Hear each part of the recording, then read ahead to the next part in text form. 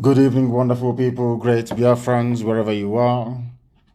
On the face of this very planet, we welcome you to another edition, very exciting edition, expository, exciting, revealing, and informative version of our live presentation this very evening, the evening of the 30th of August in the year of our Most High Elohim Chukwu 2020. The time now is 3 minutes past 7 p.m. in the blessed land of Biafra, and I presume the same number of minutes past the top of the hour. Regardless of where you are domiciled around the world, we are very proud to say that we are not only the largest mass movement on the face of this very earth, but also the largest indigenous broadcaster of its kind anywhere on the face of this planet, because people are listening right across the length and breadth of every time zone of this very earth. We are immense, we are huge, we are relentless, we are unstoppable, we are undiminishable, we are unbribable. We are not going to relent. We are not going to stutter. We are not going to reverse.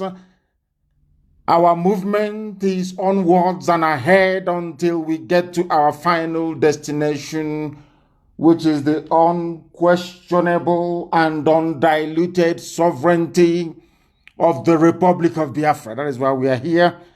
That is why we exist. And that is why we must do what we can to make sure that the whole world understands the need for what we are doing and be able to partake and participate in it. We are coming to you live via my Facebook page, the official one, please, Mazi Nnamdi Kanu. We are, even more importantly, because I now notice that a lot of people are listening via our app, IPOB Community Radio app is live, and I want everybody to download it on their device because it is low data usage. Very, very low data. It is radio. Therefore, the cost of data is very, very minimal. Very, very insignificant. Everybody must download it and be able to listen to us via that very platform. It is IPOB Community Radio. It is the fastest download on Android and also on iOS. It is everywhere, and people are listening, as I said earlier, in nearly 154 countries around the world. People are listening to us, and they have joined us this very evening. It could be your morning, it could be your afternoon, it could be your midnight. Therefore, I would say good morning, good afternoon, good evening, and good night to some of you.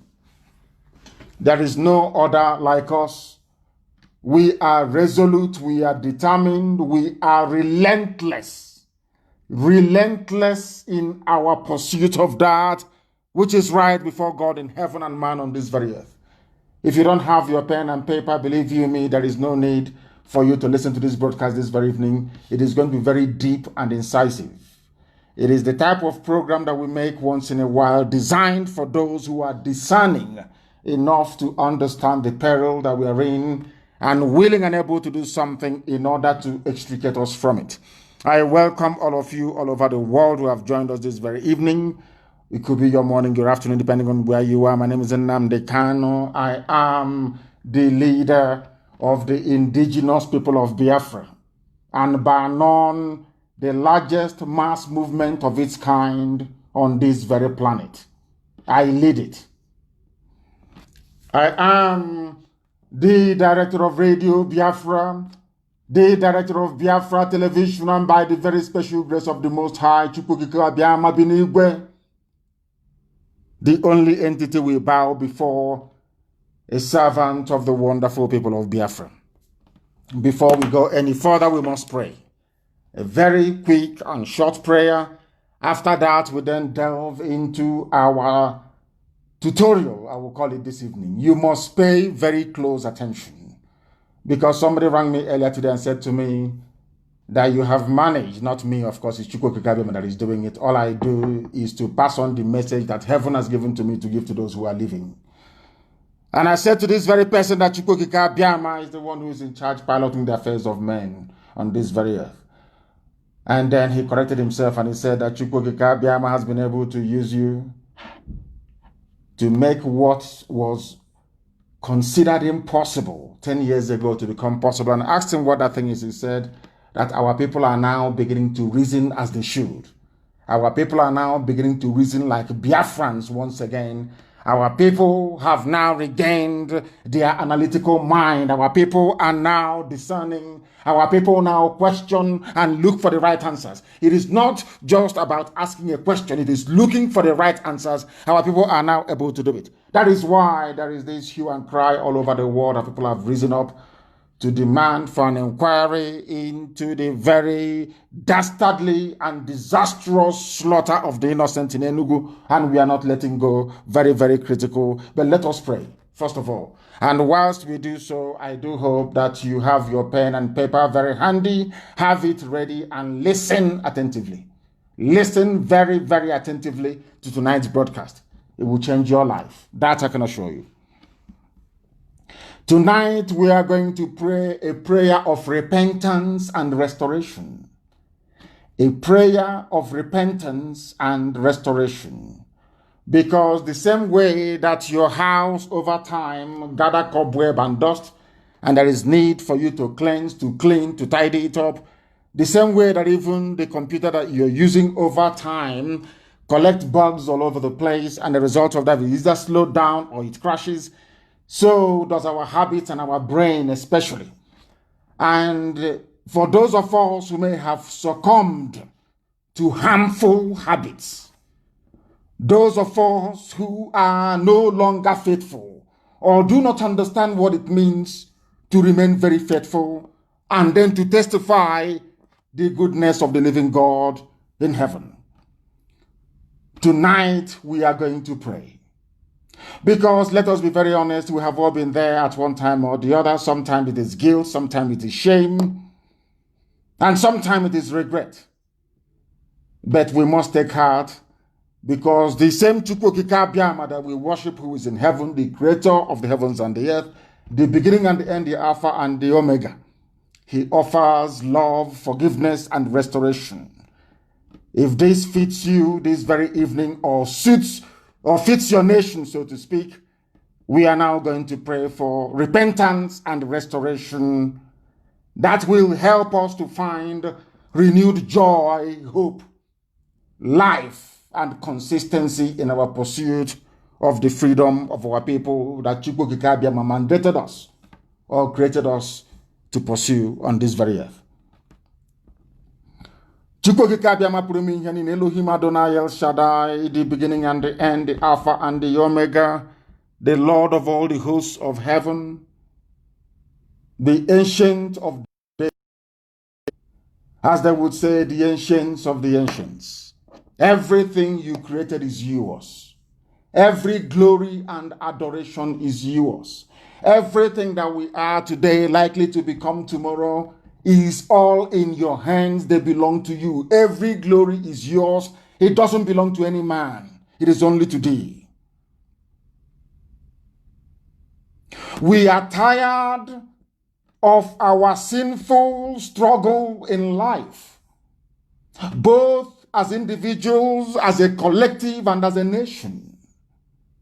And we are not ashamed to admit that before the congregation, the assembly of men and women all over the world, that you may know that it cometh from our heart, that we are not deceitful. We don't pray this prayer in the quiet, or should I say in the secrets or secrecy of our homes.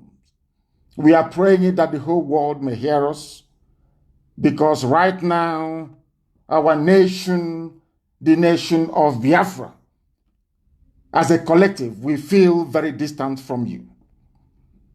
Our choices have not led us into the right places.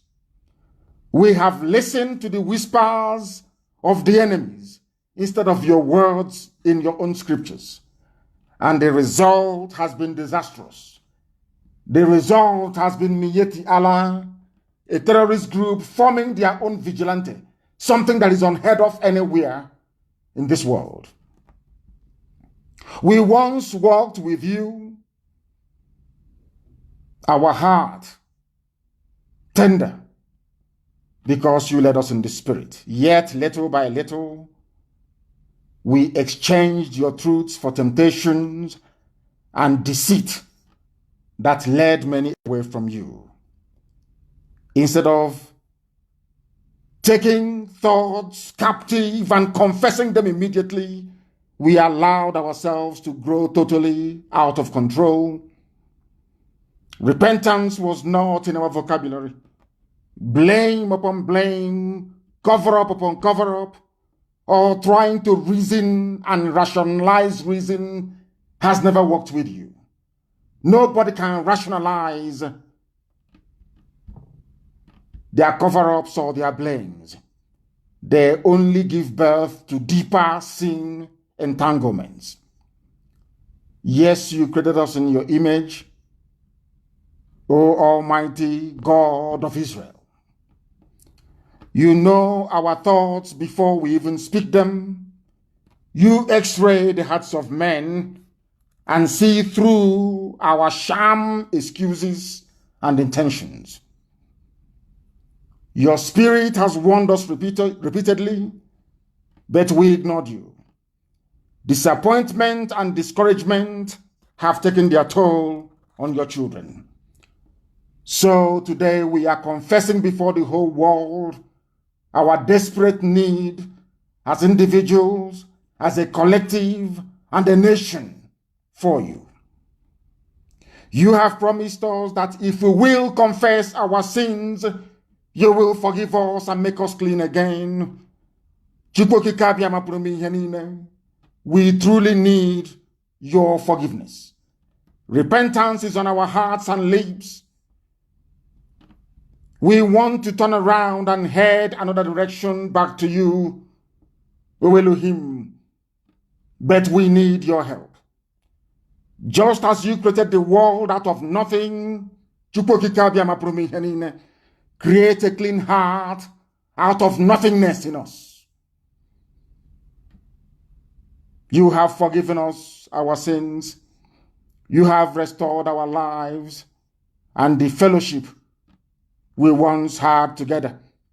You do not condemn because you're God, and you will not disown your own, which is IPOB and Biafra.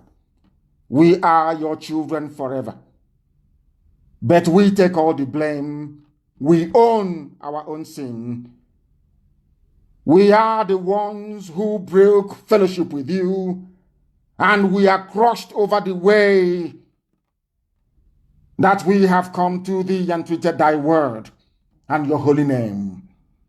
We ask for your forgiveness, your love, your abiding grace, and your mercy, that this same family of IPOB that you ordained in heaven and manifest on this very earth at this time, at this very age, may live to fulfill that which you have promised, that which you foretold, because your words are yea and amen, that this Biafra may come in our time, that mankind may know that indeed there is no greater power than thee, that you are truly the Almighty God, the Lord of hosts of the heavens and this very earth.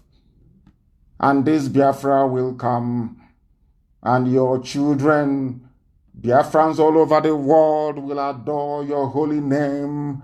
We shall sing songs of joy unto your holiness.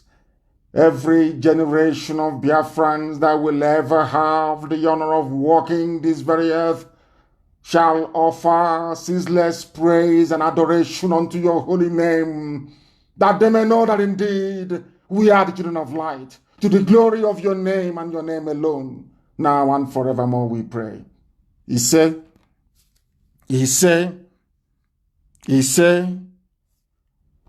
we are live and direct, please. I don't need any complaints today. I want people to download IPOB Community Radio and listen to us, because the whole world is listening. If you can take selfie and post them, so can you also download IPOB Community Radio and listen to this very live broadcast this evening We are on satellite, we are on FM across Biafra land, but also importantly and critically, we are on my Facebook page as well. The suppression is going on. Facebook is not going to stop. Don't expect them to stop banning us. They will keep suppressing, they will keep banning us, but they will get tired. They will understand how resolute and determined we are. And when that dawns on them, they will then know they're backing up the wrong horse, that they have been doing something absolutely horrible. Who knows, even then, as we have prayed this evening, they too may even pray for repentance and be forgiven. We are proceeding very assuredly towards our program this very evening, that the world may bear us witness that we are the bearers of truth. There are some things that we lack as a people which we must correct immediately. We must learn and understand how to be disciplined. Discipline is not just about the way you conduct your personal life. It is about the way you relate to other people, the oath that you're under, and your ability to always do that which is right. To be obedient, to lay down rules and regulations, very, very important. Or else everything we are doing is a joke and it is a mess. The reason why we are where we are today is because of, I keep saying it every blessed time that I come on air, our inability to be rational enough to dissect and digest information in a way that it enables us to make the right critical decisions at the right time. That is the essence of reasoning. Very, very important indeed. And if we are a race of people that have reasoned, please write what I'm saying down. It is very, very important, please. I beg of you. If we had reasoned as a people, together, as a collective, over all these years, the mess we are in now, we cannot be in it. We would have learned our lessons and we would have made some life-saving, critical decisions as a result of that. Today, we would have been a better people. But because we always allow envy, greed, and jealousy to cloud our sense of judgment, we always gravitate, we always go back towards reasoning like the people that we have been rejecting and condemning all this while. This evening, we are going to start from the bottom up so that you can understand what we have been saying over the years. We are going to analyze Jonathan's accusations regarding Obama's meddling in the 2015 zoo elections. Because, how do I put this? Because we did nothing then. That was the reason why Obama managed to impose a fellow Islamic jihadist in Buhari in power. And because he got away with it, the late Buhari, of course, Abba Kyari also imposed Hope Uzodinma on Imo State. They have gone to impose almost at every level of leadership in our land. This is something our people don't understand, that the Fulani, the Janjaweed, they play a long-term game and that they have help abroad. Why am I saying this? Please write this down very carefully, because this is the most idiotic mistake our people always make. When the white man came to our land and said, yes, you people, all of you, every Biafran is Igbo. When we use the word Igbo, it means every Biafran, because we all are. If you like, believe it. If you like, you don't. I am not going to romance nor massage your ignorance and stupidity. I tell you the truth. Go and do your research if you have time and resources to do so. Now listen very carefully. When the British came and when they came to Biafra land, they went to Arochukwu, they saw a temple, something exact replica of what you have in Jerusalem. You know what they said to us? You have no history. By saying you have no history, it means you have no relatives. And if you have no relatives, believe you me, you are in very serious trouble.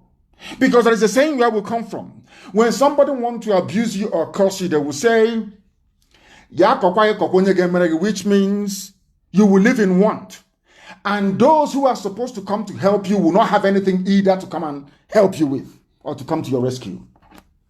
Meanwhile, as we are busy trying to distance ourselves away from Israel and the world Hebraic family, meanwhile, nobody is stopping the Fulani from trying to assume that they're Arabs. Nobody.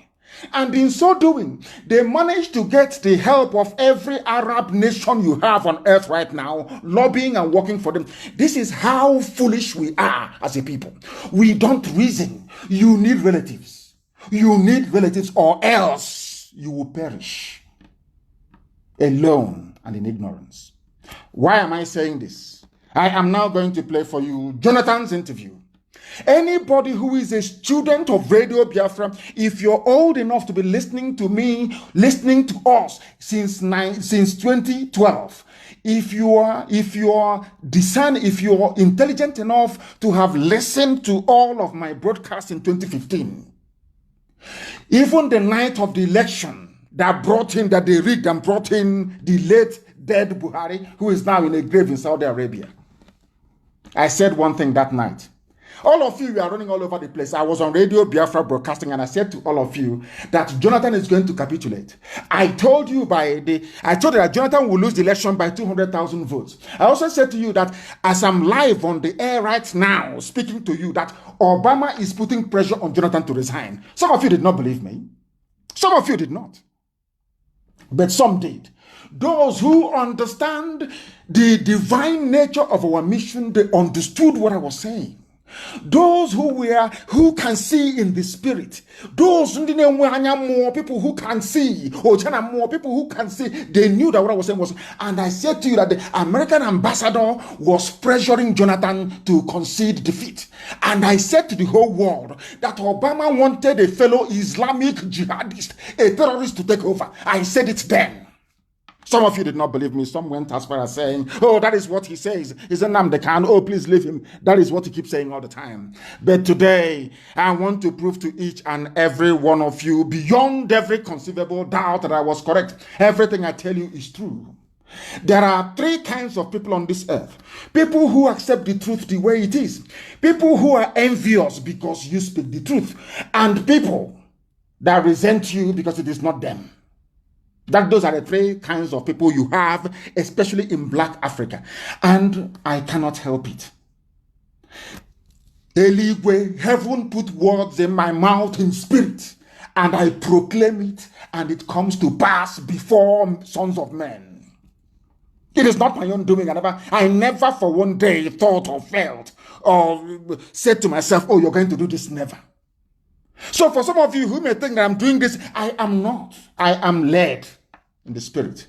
That is why we have accomplished something that no other group of people has been able to do in the history of our nation. No other group has been able to do it. Nobody can. If you try and you will fail, you cannot do it because you're not called to do it. Why am I saying all of these things? When I told you about Jonathan, you thought I was joking, isn't it?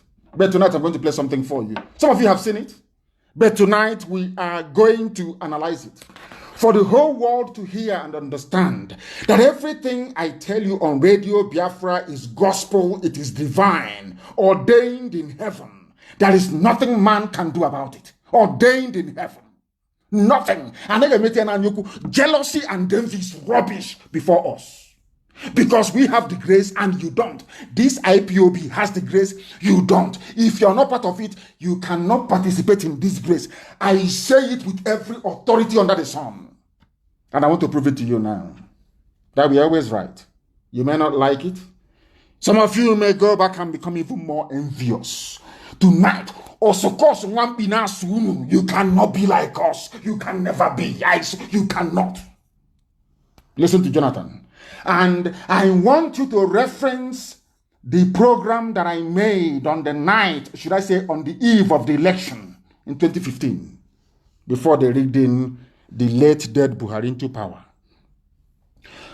Understand it very well. People say that we insult, if you're an idiot, I will tell you you are a fool to your face. I will tell you that you are an idiot. You are a fool. I will tell you. You are a baby saboteur. I will tell you. You are an aspiring sabo. I will tell you to your face wherever I meet you. I traveled all over the world and I went to the USA and I told them what I felt about them. People were shocked. Ask Ikenawan on any. He took me to a group of indigenous people in California, asking what I said. They were in shock and horror. I tell you anything I want to tell you in your face. There is nothing any bagger can do. Nothing, absolutely nothing.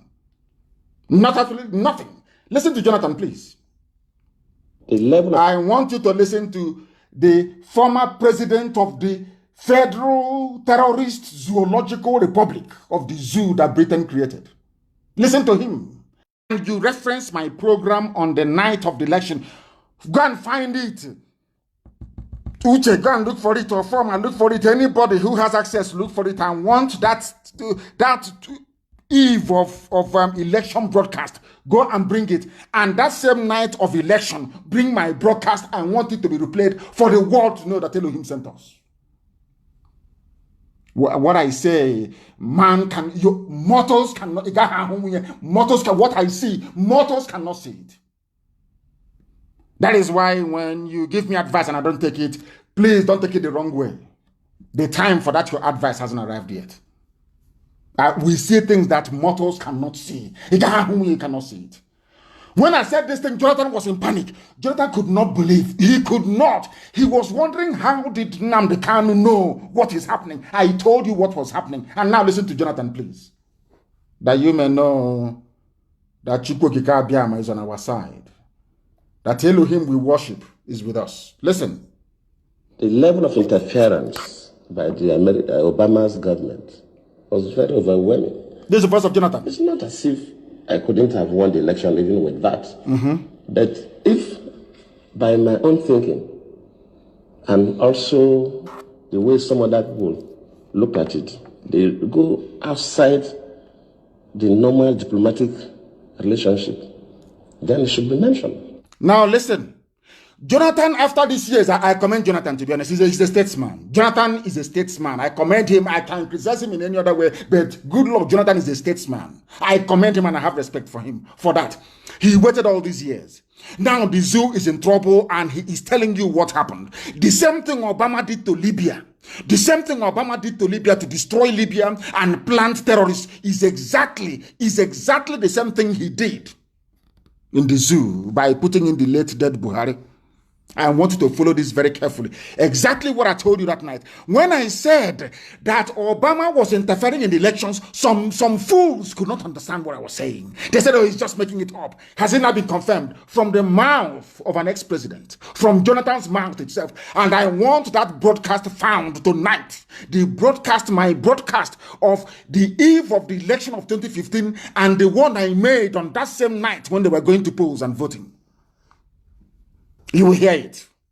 I told you that America was putting pressure on Jonathan to concede. I told you they will rig the election, that Jonathan will lose by 200,000 votes. Exactly my prediction came to pass exactly that way it is. Exactly the way it is. Our people don't know anything. Do you know the reason why Obama was helping the Janjaweed North to win? Because they are all Muslims, they are all Islam. Because the Fulanis are not ashamed of saying we are subservient to Saudi Arabia.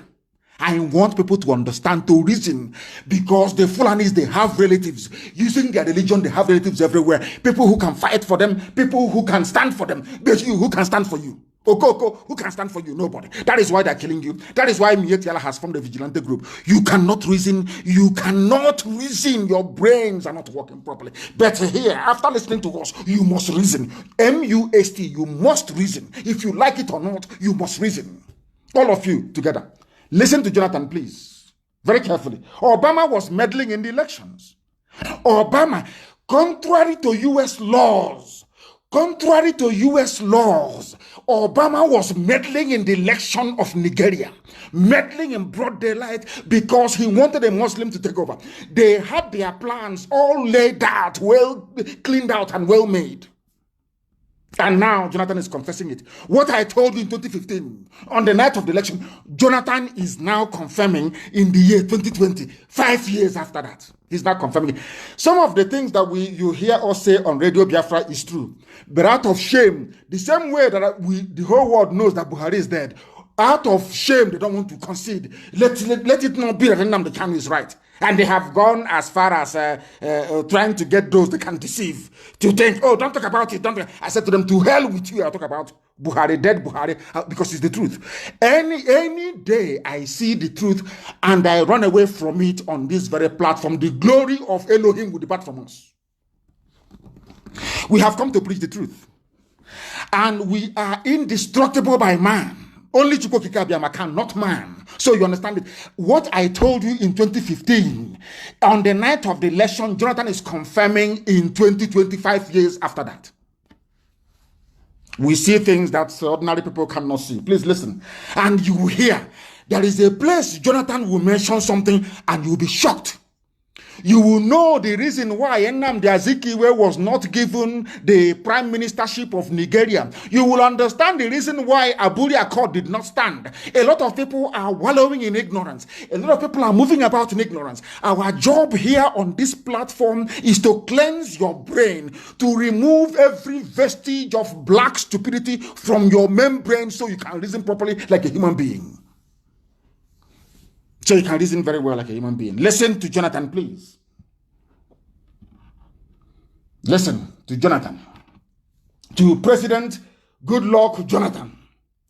In the year... Sending that person listen. To Nigeria at the eve of election, after Obama even issued a statement directing Nigerians to vote for the next... Who sent who on the eve of the election? They sent John Kerry, the U.S. Secretary of State, to go and meet with the late dead Buhari.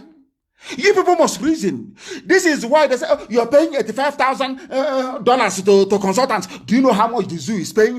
Do you know how much Fulani Cabal contributed to Obama's re-election that made it possible for Obama to send John Kerry to go to the zoo to go and see an opposition leader?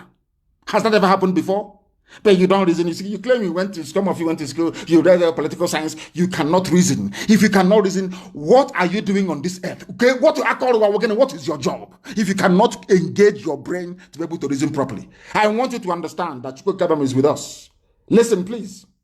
Chapter. That tells you something. Tells you something. We should not sweep this is under the carpet. If a foreign country, whether African country or even America or any other country interferes with our own elections, we should mention it. Now you can understand. Obama interfered with the elections in Nigeria. Even Jonathan now has come to concede that the whole Chibok Gears thing was organized by Obama administration, executed by that midget in Kaduna, El Rufai. Some of you are blind. You are blind. You are blinded by stupidity, by black African stupidity. You cannot reason very well. Chibok Gears planned and well executed to remove Jonathan in power. They wanted Muslims to be in power. They need Islam in the zoo, Nigeria. They want it, and they're going to get it. All of you are blind and so foolish. I heard some idiots talking about airport has been reopened. I said, you're so daft, it's untrue. Somebody came to your house and stole 1 million naira from you, and then came back and gave you 1 kobo in return, and you're jumping up and down. You're an idiot, a complete idiot. Complete fool you are. That is why I have no time for morons. I cannot stand them. They say, oh, he's very harsh. Why won't I be harsh? If you're a fool, I will tell you you are. Somebody stole 1 million naira from you, came back and gave you 1 kobo, and you're throwing a party. He's telling me about Enugu Airport. What useless Enugu Airport is that? Ordinary tarmac. That our engineering corps in the volunteers can build in 1 week. You are jumping up and down. Look at how they deceive you. Chibok girls, organized by Obama and El Rufai, with the late dead Buhari, Abakari and Co, Fulani Cabal, deceiving all of you. And you wake up and you talk about our Nigeria, this is our Nigeria, we don't know what is happening. You people are fools, you know nothing. I will insult you because if you're an idiot, I'll tell you you are. Let us listen to Jonathan, please. Let's listen to him. To what President Jonathan has to say. Listen. How do we get these girls out? Yes, Chibok girls. Within a couple of days, we saw people going to the US to bring back our girls' placards. Yes. How? Why? Mrs. Obama, did you see Mrs. Obama carrying bring back our girls? Did you see her? All planned, all well orchestrated, planned, Fulani Islamic Brotherhood, cabal, they planned it. You saw, all of you saw Obama Bring back Kabaki also. They all planned it to paint Jonathan black, to destroy Jonathan. That a Fulani Janjaweed will come in and take over our waterways, take over our farmlands under Ruga. Tell you that Miyetia, a terrorist group, can form vigilante across the country. And all of you moronic, idiotic zoo animals that look at created, all of you are just there looking more sheepishly like a bunch of idiots that you are. You cannot reason. You cannot reason, can you? Let us hear Jonathan, please. And of course, the Mrs. Obama received one of those placards. Mr. Obama. I cannot take responsibility for the abduction. I don't control Boko Haram. They are criminals. But as a president, of course, you know, it's not the president that go to the field. You have security and intelligence officers that do the work. Let me admit that, yes, maybe they do their best, but their best was not good enough for us to recover the girls. That does not mean that I'm trying to remove myself from any blame. Yes, I may not be blamed for the action, but I could be blamed that my security and intelligence system are not strong enough to be able to rescue the girls. Do you see how a statesman talks? You can criticize Jonathan all you like, but the man is a natural born statesman. He even took responsibility for Chibok girls because it happened under his watch. Compare that with these morons, these scavenging, desert-dwelling, cattle-heading animals. You see the difference between a Biafran, somebody who by nature is cultured, and a bunch of vandals from the depths of hell. That tells you all you need to know. Obama interfered. Why did Obama interfere? Let us go to Ojukwu and Aburi. So you understand. When I tell you people that the alliance against us, you don't know. Even the complete idiot who may be on Facebook yapping and writing rubbish do not know the amount of enemies Biafra have. He has no clue. Had no idea. Every day, Biafra, when is it coming? They have no understanding. The hurdles we need to negotiate and cross before we get to the promised land, they have no idea. They think you wake up in the morning, you write to Trump, you write to EU, Biafra will come. They are insane. I used to say on this platform that Biafra is the last miracle. And I used to say it for a reason. Because of the obstacles and hurdles in front of us, we need to overcome. This is one of them. American president from nowhere is against a head of state because Jonathan is a Biafran. They cannot allow him. No, it's impossible. He cannot stay there. I want you to pay particular attention to what I'm going to play next. And I said this evening, this program may last up to 3 hours. So be prepared. If you don't have data, you go and borrow data from. So go and borrow, you buy on credit. You must listen this evening and learn. After tonight's program, you will know that reasoning is very important in life. And when you go through Jonathan's experience, when you go through the experience of Nnamdi Azikiwe, you go through the experience of Ojukwu, believe you me, you need to go back into your room, turn off the light, and fast and pray for God to give you the capacity and the ability to reason. You pray for 30 days. I'm telling you the truth. If you look at, you don't need anybody to educate you on anything. Look at how they treated Jonathan. Look at how they treated Ojukwu. Look at how they treated Azikiwe. That will tell you all you need to know. That the people you claim you're with, you're not with them. Or those that claim they're with you, they're not with you. That is what informs how we run IPOB and why IPOB is the most successful freedom fighting movement in the whole world. Not despite the fact that no politician in Biafra land is in support of what we are doing, because they are cowards, of course. You know that very well. But yet we are waxing strong all over the world. Have you asked yourself why that was made possible? Any day you understand it, that day you respect IPOB. You respect IPOB. Now let us go to the next one so that the world can hear very, very well what has been happening to us. And after this program tonight, I want you to put one and one together. I don't want you to forget IPOB. I want you to cast your mind back. Ask yourself this question. Why was it that Nnamdi Azikiwe, a frontline militant agitator for independence for Nigeria, the only man who did not inherit the mantle of leadership across the whole of Africa. Ask yourself why. Ask yourself why Aburi did not stand. Ask yourself why they lied against Ojukwu and said Ojukwu declared war and sustained the narrative for nearly 52 years. They sustained it for 5 decades. Blatant lie. Even the journalist in Lagos or Abuja writing or Ibadan writing that lie, he knows it's a lie, but he will write it. Ask yourself why. Now we are going to discuss Aburi. And Ojukwu is here. All of you have seen it, but you did not pay attention. Our job here is to get you to pay attention to the things you ought to pay attention to. That's what we are doing. And I'm going to play that same interview. And I want you to listen very carefully to what our eternal general has to say, our overall supreme leader for life, what he has to say about Aburi. Let shame befall our enemies. And this evening, you will see, I've shown you the hand of America. At this time, I'm going to show you the hand of Britain. And you'll be wondering, but what did we do to them? Why is it that they want to suppress, to clamp down on Biafra? Any day, as I keep saying, believe you me, any day you go into your bedroom and you think and you discover the reason why they're against us, you can never be a Sabo in your life again forever and ever. Never. Listen to Ojukwu and listen very carefully to our leader, the only genuine general you have before he passed on. Listen to him, please. Listen. But at the end of it, I don't want to go because these things are all, the tapes are available. His English is Queen's English. Some of you may struggle to understand he is learned. He's a learned man.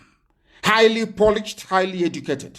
Some of you may struggle with the crispness of his accent and his tone. But please do pay attention. He is the Biafran head of state. Pay attention to him, please. He is late, but to us, he will remain our head of state. Listen very carefully. The records are there. Records of Aburi. In fact, only about 2 weeks ago, I saw a set of the records again. So the Aburi records exist. The transcripts are available. They're available. But we talked about the Nigerian situation. And certainly, at the end, everybody says, oh, you told them this, you did that. The fact was that our case was so clear. Yes, case for Biafra and at Aburi. That I actually believe at the end of Aburi that the problem was not Gawan. Listen. But probably some ambassadors in Lagos who were... The problem was not Gowon at the end of Aburi. Our leader knew. He said some ambassadors in Lagos did not want Aburi to stand. So I am telling you today, Britain does not want restructuring. All of those blood-sucking, demonic neo-colonialists, they don't want restructuring. That is why the Fulani Janjaweed can never restructure. I need you to understand this. Ambassadors, these are white people from Europe and elsewhere. They have no business with the governance of Black Africa. Absolutely nothing. Now, ask yourself, in 1967, why was it that some white ambassadors in Lagos did not want Aburi to stand? Because Aburi standing meant that the eastern region, which is Biafra, will have an independent economic system. Because before they sent, and I'm going to tell you tonight, it was Britain that planned the coup. I'm telling you the truth. You may be shocked, but it's the truth. The coup of 1966 was planned by the British. The reason being, they wanted to destroy the economy of the East under Dr. Michael Okpara. Michael Okpara had the fastest growing economy in the whole world. In the whole world on this very earth. Dr. Michael Okpara of the Eastern Regional Government had the fastest growing economy. We were manufacturing things. Britain could not stand it. Britain did not want to see it. They planned that very coup to destroy us. One day it will happen. I'm saying it now. It sounds like it's a joke. One day it will reveal itself. And say, my goodness. Oh, Mazi Nnamdi Kanu was right. Of course, I'm always right. I'm sorry to say this. Some people don't like it. I'm a human being. I'm a mortal. I'm nobody. I know that. But I get it wrong. I get it right 99% of the time. Maybe I get it wrong 1%. I want you to listen. I want Efulefus, all the idiots, all the Abuja contractors, all the baby sabo with feeding bottle. I need you to understand that you don't know the amount of enemies you have. You have no clue. You have no idea. This evening, I want to come to you, Obrazo. I want to do a slight revelation, so you will understand the enemies you have, that only Chukwukikabiam Elohim can save us, not man. I need you to understand it tonight. Are you listening? It was ambassadors in Lagos, not Gowon, no? Ambassadors in Lagos that put pressure on Gowon. Abandon Aburi. The same people you're going to say, oh, give us restructuring. You are dreaming. You're wasting your time. Let me listen to my leader, please. Listen very carefully. Those in Lagos who were pressing for something else. Yes. Because we understood each other. We agreed on everything. Ojukwu and Gowon understood each other. The drafting was, in fact, my chief secretary. The drafting of Aburi Accord. With two other chief secretaries from the other side. Yes. They said, no. And drafted and agreed. We looked at it, we agreed. Listen. General Ankara read over the whole... General Ankara was the then Ghana head of state. At the end. Asked us if we wanted to amend anything. No. After the whole agreement was made, General Ankara asked Ojukwu and Gowon, do you want to amend anything? They said, no, we understood each other. We know what we want for our country. We wanted to move forward. But meanwhile, white ambassadors in Lagos, we are not happy. Ask yourself, why were they not happy? What is it about Aburi that made them uncomfortable? Because restructuring back to the regions will allow people the autonomy to grow their economy. But these criminals, these neo-colonialists in Abuja now, they don't want it. Because if you do it, the ingenuity of a Biafran will come to the fore. The intelligence of an Igbo man will rise up. You can't stop it. So the best way for them to stop it is by bringing darkness. Darkness is full of Janjaweedism. Are you following what I'm saying tonight? Do you know, have you heard this before, that Ojukwu and Gowon had no problem? They agreed, they drank champagne, they shook hands, they did everything. They now came back to Lagos. White ambassadors in Lagos said no. And that is Britain. We don't want it. So that Okpara can be growing economy of the East, so that these people can rise up again. These stubborn people can come up again. They said no. Because you know why? They know I have discovered what they know about who we are as a people. That is why they are frightened. That is why no matter how many reports Amnesty will write about the killing of our people, they will stand on it, they will say no. We are at ICC. Have they called our case? The answer is no. They can never call it, because they know that Biafra is the light of Africa. They know that any day that Biafra stands, that Africa will stand. So what they have done is to go to the source and switch off the light. They just have refused. They took the fuse and they walked away. So everything you are doing, connecting every cable everywhere, until you put in the fuse, it can never work. And what is that fuse that Britain pulled away? It's called freedom. Now you understand it, don't you? Now you understand it. Only if some of our people know what we know. You don't know what I have seen. You don't know how far we have gone. You don't know why we do things the way we do it. You don't know why we say things the way we do it. You are confused. You don't know. If you don't know a Jewish, you ask questions and you'll be told. Now listen carefully. What I'm telling you tonight, I'm telling you that almost 70% of people don't know this. They don't know it. You don't know the amount of enemies you have. You have no clue. Now listen very carefully to what our leader has to say. Listen, please. No. At the end of all that, the position was so good. Very good. Between Biafra and Nigeria. Listen. Ankara drove Jack, Gawan, and myself. Yes. To the airport. Yes. Jack was sitting on his left, I was sitting on his right. He was in the middle. Yes. And in the course of that journey, at a point, General Ankara shook his head and said, "Oh, thank you. Thank you. Yes. If only we can go on like this, everything would be all right." Yes. In Ghana. Yes. Ojukwu go on in Ghana. I was the one. As I do now from time to time, I go for the dramatic. Suddenly I picked up Gawan's hand. Ojukwu took Gawan's hand. Put it on Ankara's. Put it on Ankara's lap. Yes. Brought my other hand, placed it on it. Yes. And I said, "General, sir, hold us together. I want to say something." Yes. So General Ankara put his hand on top of the two hands. And I said, "General, I want to assure you that I am totally satisfied with everything we said." Yes. This is from my head of I state. will go further and say to you something I did not say at the conference. Yes. What was that? And that is that once we have implemented everything we have said, yes, I would ask you for one favor and one favor only. Yes. And that would be to be the one to propose Jack Gawan as a head of state of Nigeria. Are you listening?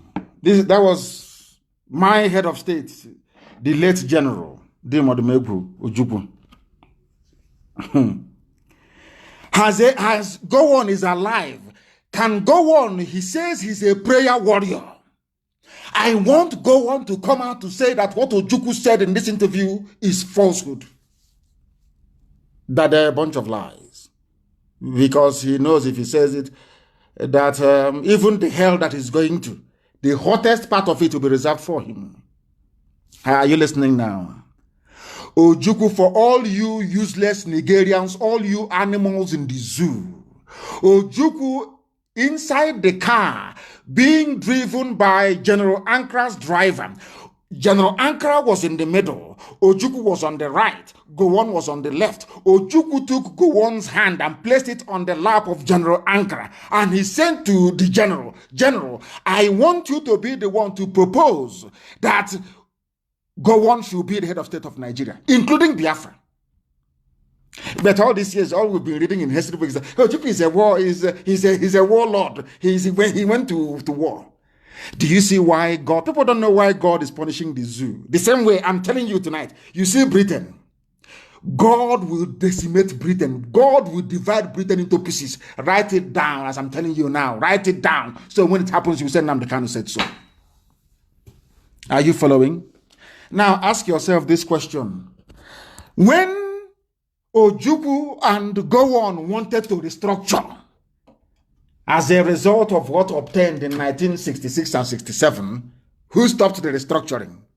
It's Britain. Are you following? They are the ones that stopped restructuring. Now I'm asking you, are you telling me now that they are going to agree to restructuring? The answer is of course no. I am Anglophile. If I'm not a Biafran and Igbo man, I'll probably wish to be an Englishman. As I keep telling you all the time, believe you me, they have conscience. English people, they have conscience, they are good people.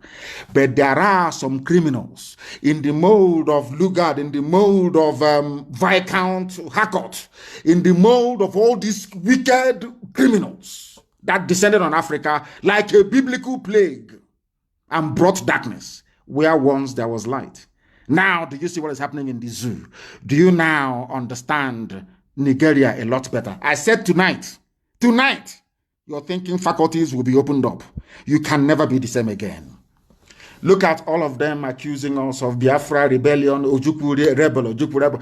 Do you see the extent they have gone to cover the truth? Do you see how evil these people are?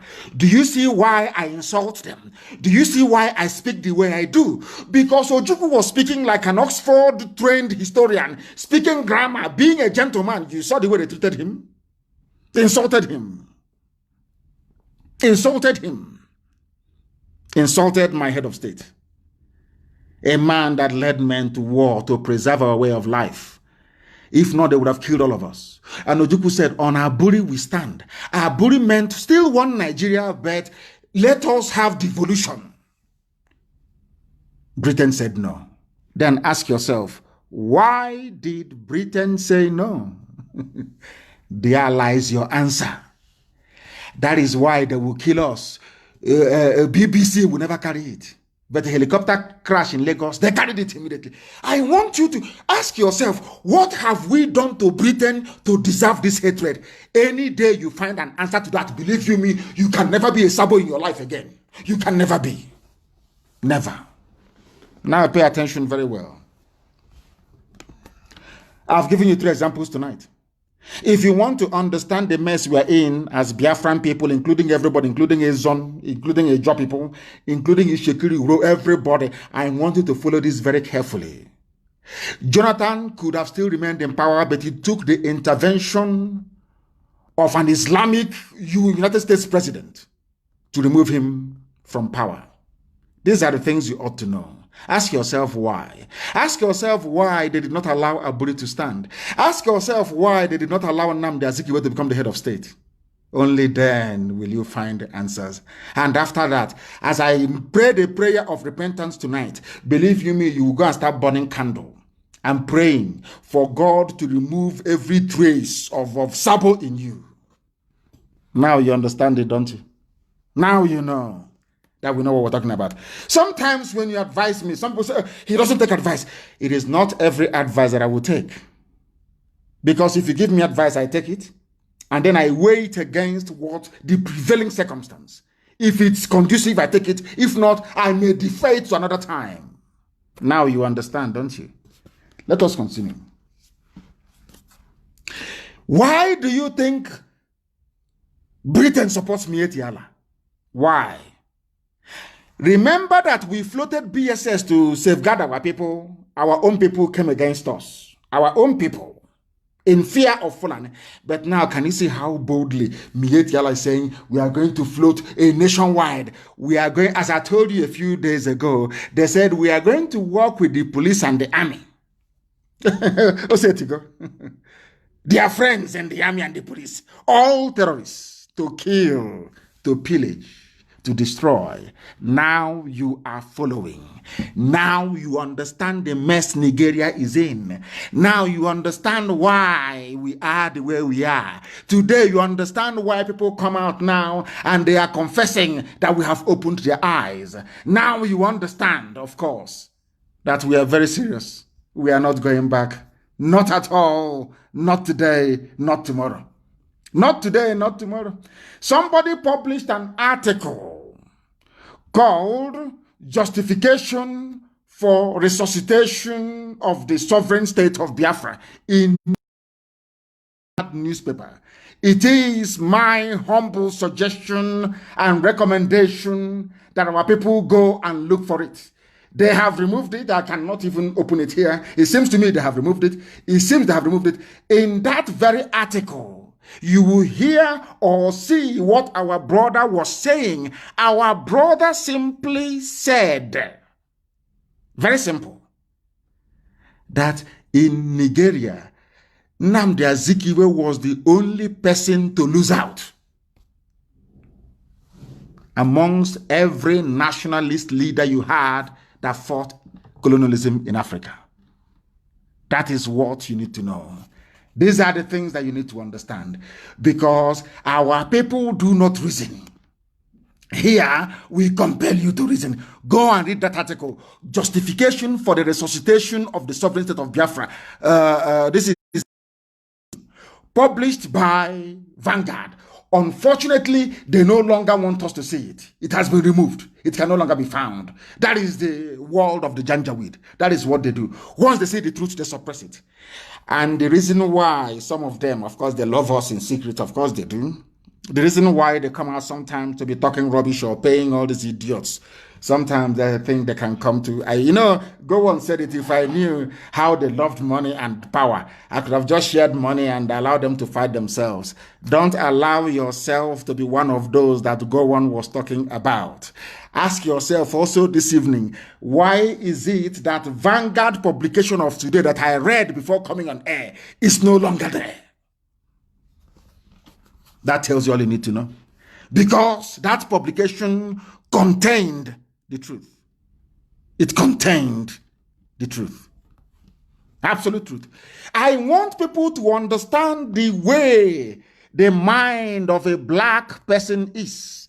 I need you to understand how the mind of a black person functions. Any day you understand it, you will then know. You will then understand and appreciate. You will come to the full realization that what we have been doing here has been right all along. Now, listen very carefully. Why we are deploying Miyetti Allah vigilante all over Nigeria, Abdullahi Bodejo of Miyetti Allah. These were the same newspapers that we are castigating Nnamdi, Kanu and IPOB for floating BSS to defend our land. They are the ones today interviewing this man. Nobody has bombed his house or raided his house. He is fine and okay. No northern governor, no Fulani governor is against him. And I want to ask the Igbo governors, have you seen it? When we floated BSS, they said, oh, go and kill him, go and you jail him, bomb him, you proscribe them. You did. But now they are bringing terrorism to your doorstep. Have you proscribed Miyetti Allah? I'm asking the useless Igbo governors, have you proscribed them? Now listen carefully. The national president of Miyetti Allah, Kautal Hore Bello Abdullahi Bodejo, has said that castle rustling and incessant attacks by their members led to the formation of this security outfit, Miyetti Allah Vigilance Group, which will operate all over the country, not because Fulani has no homeland. So they now need to conquer everybody at the same time, and all of you are just there, sheepishly and hopelessly looking as the morons you are, and they are moving ahead, full steam ahead with their plans. Do you know why they're doing it? Because they know that Buhari is dead. If all of you can be so foolish enough not to realize that Buhari is dead, then they might as well do to you as they please. That's what they're doing, and that's what they have done. Now, listen, we launched Miyetti Allah on July 27th, and we started with 1,000 personnel who are still undergoing training with Vigilante Group of Nigeria. That's their own name, Vigilante, which means they own the whole of Nigeria. And Moteku is for the West. Any day Elohim decides that something should come from the East, it will be for the East. But their own is not for the North or for the Sahel North. They call North Arewa North. No, it's for the whole of Nigeria with the help of Britain. Now listen, and follow him very gently, please. You know Fulani people are moving to those areas where there are grasses. Anywhere there is grass, there is Fulani area. That's what he's telling you. Any place where there is grass, they will operate there to see how they can feed their cows. Are you not foolish? All of you in the South, are you not hopeless? Can you see your stupidity in front of your eyes? Can you see how hopeless you are? Those of you from the South, Aminu Duduwa and Biafra, can you use your two naked eyes to observe your stupidity? All the years of subservience to Fulani, has it ever made them to relent? They are coming to conquer you. You see hope for them, they will even take over his own village. I'm telling you the truth. He doesn't know how they operate. Supreme Court governor. This is how they are. This is how they behave. This is how they operate. The reason why they hate Radio Biafra is because we tell them the truth the way it is, very raw. We don't sugarcoat it. There, anywhere there is grass, a Fulani will go there. So everywhere they are, the vigilante is supposed to be there. So if they come to your village all the way from Mali, from Timbuktu, from Mauritania, they come to your village in Okigwe, it is where they are. So any land they're in, they will have vigilante. Have you heard of this? Is the easiest way to conquer people. Very, very easy. Direct and straightforward. The easiest way to conquer. And our governors are there drinking kai, drinking ogogoro, just saying, oh, you'll be president in 2023. Please give us your land. Do you see why we speak the way we do? We are the last line of defense between whatever thing we have called freedom today, or relative freedom, and total darkness. Do you see the work that IPOB is doing? Do you now understand it? Do you now have the common sense, the gumption to appreciate the depth and the sacrifice that IPOB is making? Do you now understand it? For everybody, not just Biafrans, for Duduwa, for Middle Belt, for everybody. Even for Hausa. Do you now understand it? The journalist asked Miet Yala, there are Yorubas all over the country, but they did not set up a Moteku in every state of the Federation. You know what he said to them? That concerns them. If they are all over the country, they are not operating in the bushes and forests. What he's saying is that they operate in our bushes and in our forests. It belongs to them. They're going to form vigilante. And all of you are there foolishly and as the idiotic black animals that some of you are. You're just looking. You read, you look, you vote for Big Brother Nigeria, you gossip, you play, you do your sabo, you go to a politician in Onitsha, you collect your 2,500 to buy data for the week. And some of you that have promised you money. I know some people in IPOB that have promised heaven and earth. Of course, it's failure. you know the way we roll. We are unbreakable. IPOB is one family. Indivisible under God. Impossible to divide. Impossible. I challenge any bagger to try. It's a challenge to any idiot to try. Then you see how formidable we are. Fulani everywhere in your bushes. Because anywhere a cattle can feed is Fulani territory. That was why they brought Ruga and it failed. Then they brought a waterways bill. Don't you understand? Don't you reason? Nigger, don't you reason? Nigger, don't you reason? Efulefu, sabo, ntike. Can't you reason for once? You cannot reason because you're a saboteur. You're waiting for Loretta Onochie to bring you the package they promised you. Stupid people. Go and read the interview. Why we are deploying Mieti Allah vigilante everywhere, your community will be gone. You know, that's where you your community is gone. You are a professional petition writer in Abuja or in Lagos. You file in Abari with your office flat file with outdated map in Abari Benin. Your village is gone. Idiots campaigning for presidency, your village is gone, your forest is gone. Because before you become president, you must sign that wherever there is Fulani, I warned you before, that is why they are building settlements in our land. So that any day there is any fracas, Britain will say, oh, it's one Nigeria. Wherever you find yourself, you're a Nigerian. And that way Okwa West, you have the emir of Okwa. I'm now telling you, if they said to you that what I said in 2015, that Jonathan will confirm it in 2020, will you believe me? Will you believe me? What I said in 20 has been confirmed in 2020. Go and play that my broadcast, you will see it there. Very clean and clear.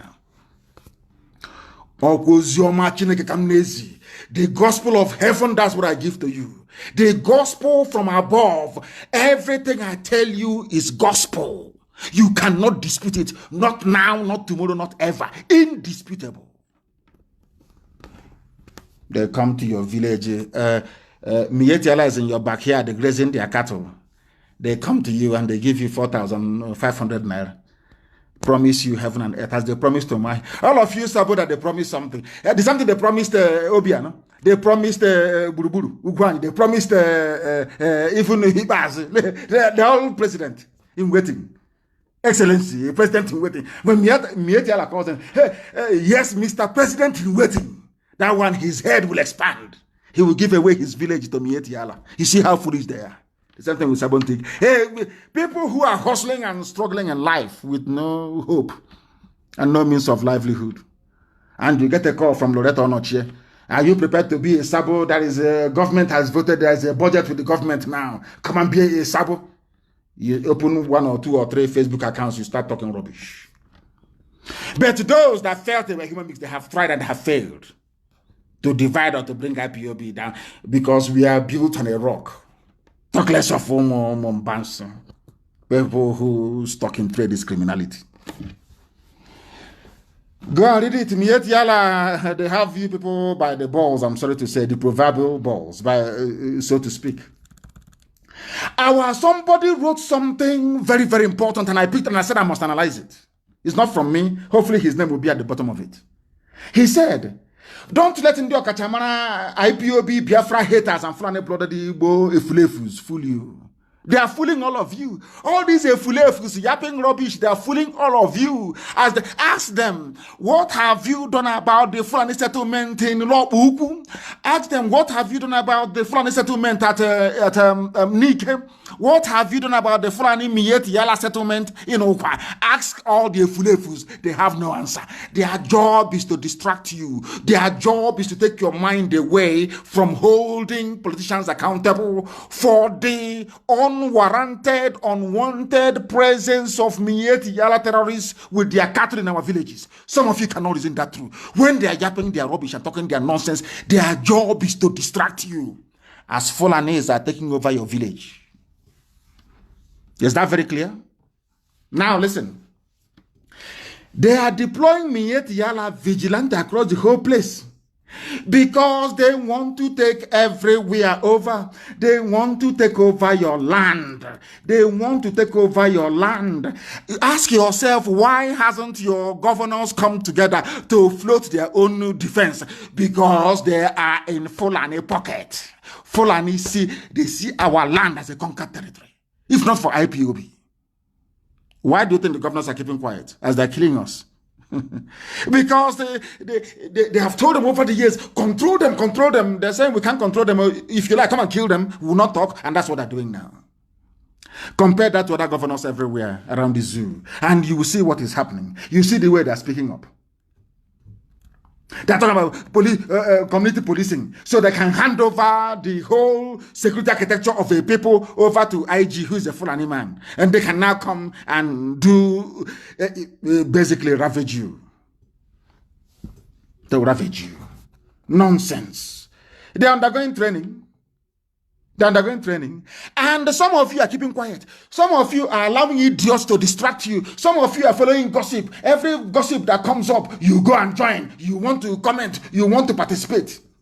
I feel sorry for all of you because as you're doing that rubbish, let me tell you what happened to people who were as foolish as we are today. Because before they took over Southern Kaduna, they did the same thing. They sent their emissaries and their agents, the quislings amongst them.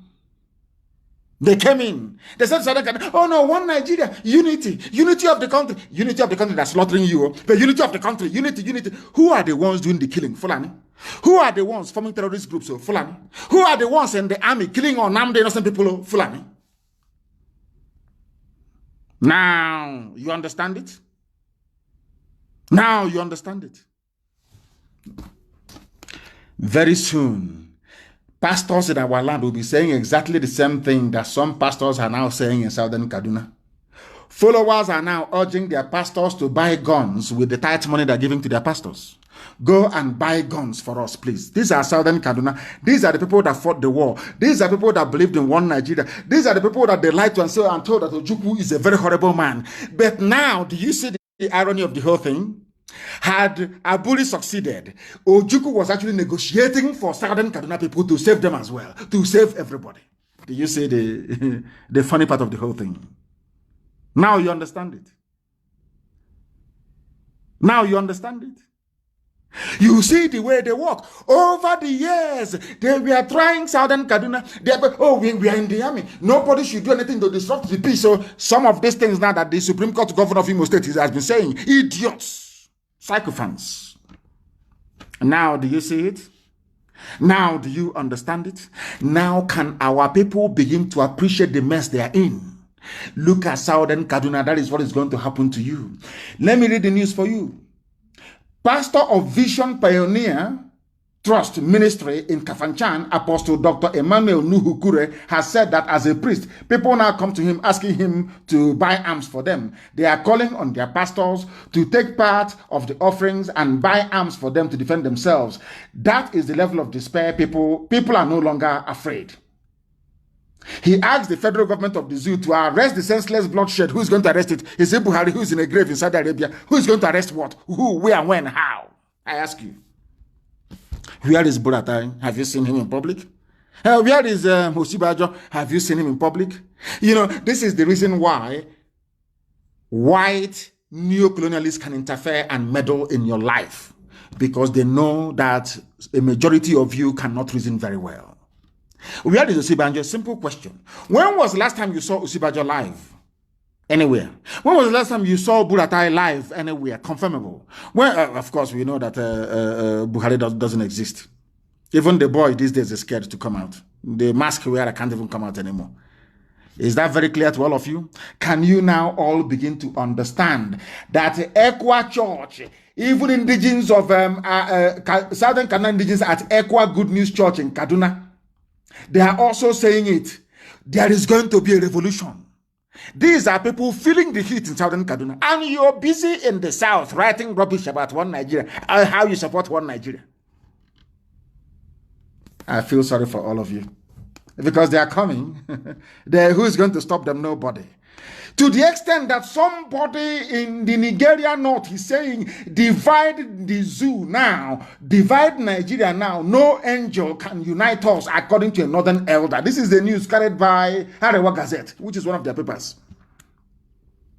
That amalgamation of 1914 was a grave mistake.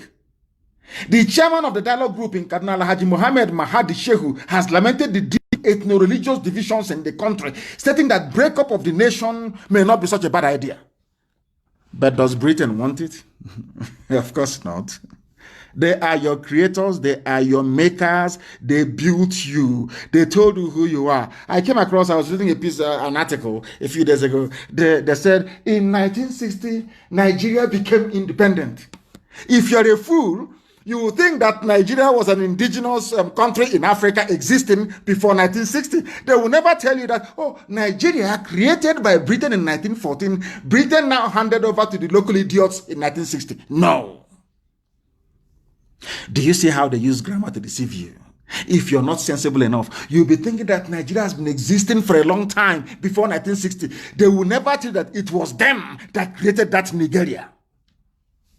So that is why when a black man stands up to say, I am proud of Nigeria, a white man will just laugh at you, but they will not tell it to your face. They will tell you you're a fool. You know nothing. How can you allow me to come to your country to create a nation for you? Are you foolish?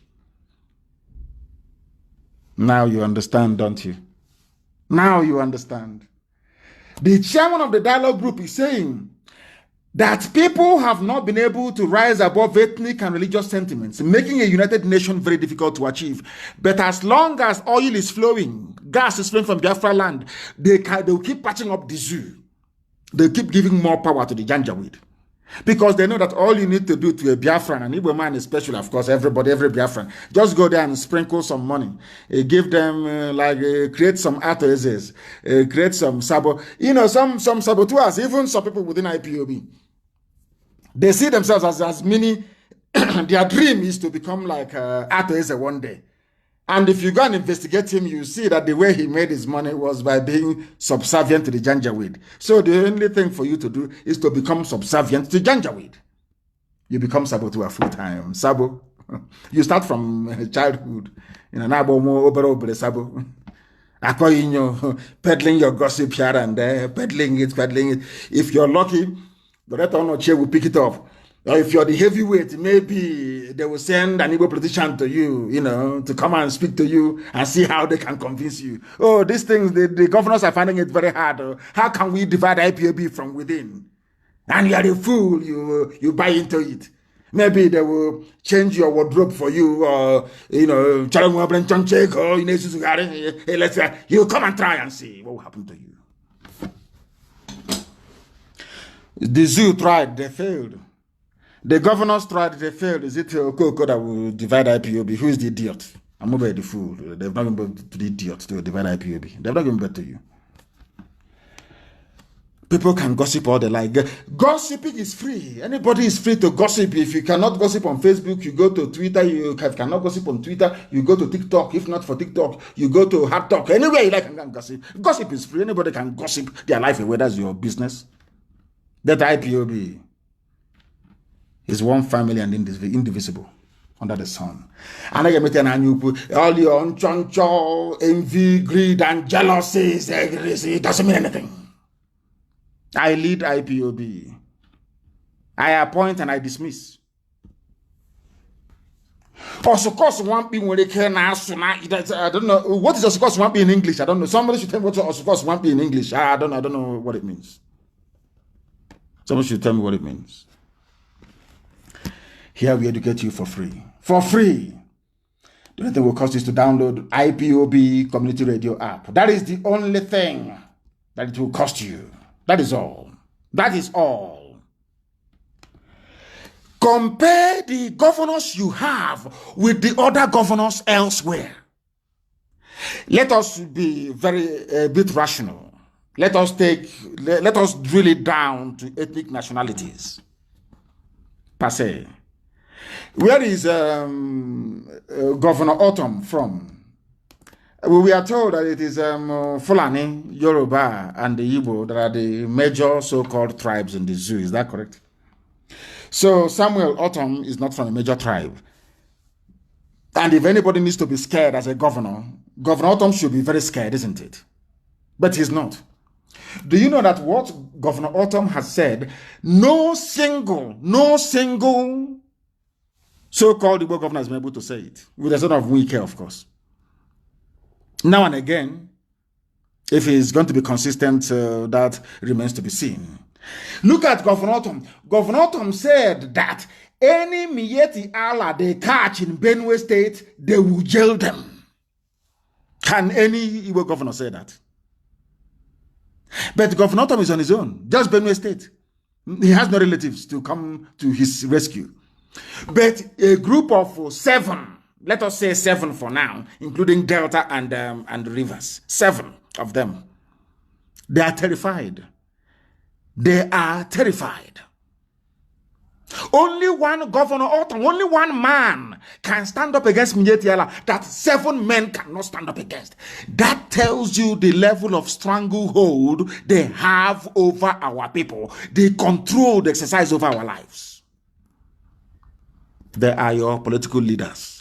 They are your governors. They are your this. What Governor Autumn managed to open his mouth to say, these 7 people cannot say it. Talk less of the whole of 11 of them. They cannot say it. That tells you the extent of the mess you're in. In his response to Miyetti saying they form vigilante everywhere, Governor Autumn, through his chief press secretary, warned the Fulani organization not to come to his state, adding that their motive was to carry out their heinous activities to another level. In other words, a sitting governor is coming out and saying that Miyetti is a terrorist group in the open. Something that not one single politician from the East can say it. Not one soul. Something. Is Governor Autumn from a major tribe? Are his people armed? Because when men have soul and conscience, when men can stand on their 2 feet, you don't push them about. Look at your governors. Can they say what? Can they stand up? Instead, they are putting Miyetti in their own government in their states in the East. What does that tell you about them? Respect your governors, respect your political leaders. Yes, respect, but respect is reciprocal. Respect us by coming out to condemn what Miyetti is doing. That is the least you can do. Governor Autumn has done it in Benue State. Why can't you do it? Because they promised all 7 of you presidency. All the 7 of you. And all of you are so foolish. That betrayal that is in our people. The foolish thing about it is that they think, oh, I'm not going to tell the Abia one. Abia will say, oh, I will not tell the guy anymore that they have promised me the presidency. All I'm going to do is to undermine them. You see them working at cross purposes, fighting themselves, fooling themselves, deceiving themselves. Have you now come to the realization of what we have seen so far? Do you now accept that only IPOB can save you? Do you now see it? Do you now see it? Look at Governor. He's not from a majority tribe. No, not at all. He has nobody to help him. It's only him, but he's fighting the good fight. Look at your own governors. You want to respect. You want people to respect. Look at all of them, as cowardly as they are. As cowardly as they are. Ordinary Miyetia, the people that move cattle from place to place, they are the ones controlling the government houses in the east. And you people are not ashamed of yourselves. You have no shame. It's only to detail your politicians, to see if there is anybody that can buy in IPOB. Please start troubling IPOB. See if you can start fermenting trouble and convince them and put confusion. Mad people. Mad people everywhere. I hope you're following. These were the same governors that were against BSS. When I formed it, they said, no, we don't want it. But these are the same people now empowering Miyetti Yala to form vigilante outfit nationwide. Somebody wrote and said, I weep for Ndibo because our people no longer reason, our people no longer think clearly and properly. You have elders, you have the governors. When we formed, I can see things many years ahead. The same way that I saw the zoo today, I told you what they were going to do. We saw far, far, far ahead and said, for us to stop them from raping our sisters and kidnapping our mothers, the best thing for us to do is to form a security outfit. We floated BSS. The governors held a meeting. Even before the Fulani Janjaweed, they held a meeting and said, we proscribe IPOB. It was the Igbo governors that proscribed IPOB first. That is the truth. Let nobody run away from it. That is why today shame. Why? Because somebody promised them presidency. What does that tell you about them?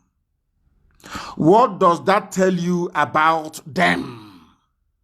What does that tell you about them? Everything that you need to know. Everything that you need to know. I have said go and download IPOB community radio. People are no wonder the Fulani is ruling you and messing your lives up. I have told you. Go and download IPOB community radio and stop complaining. Just go and do as you're told and stop complaining. That's the thing about us. When it's time to be sensible, people don't have sense anymore. Please go and make sure you download IPOB community radio. Please make sure it's switched off onto each other. It stopped the whole thing you used to do. What is going on? Can you send it here, please? Somebody is trying to send me a very important information. A very important information. Please send it here. A very important they want to send to me. Send it here, please. Guardian. Excuse me, let me have a sip of water. I feel sorry for Zoom.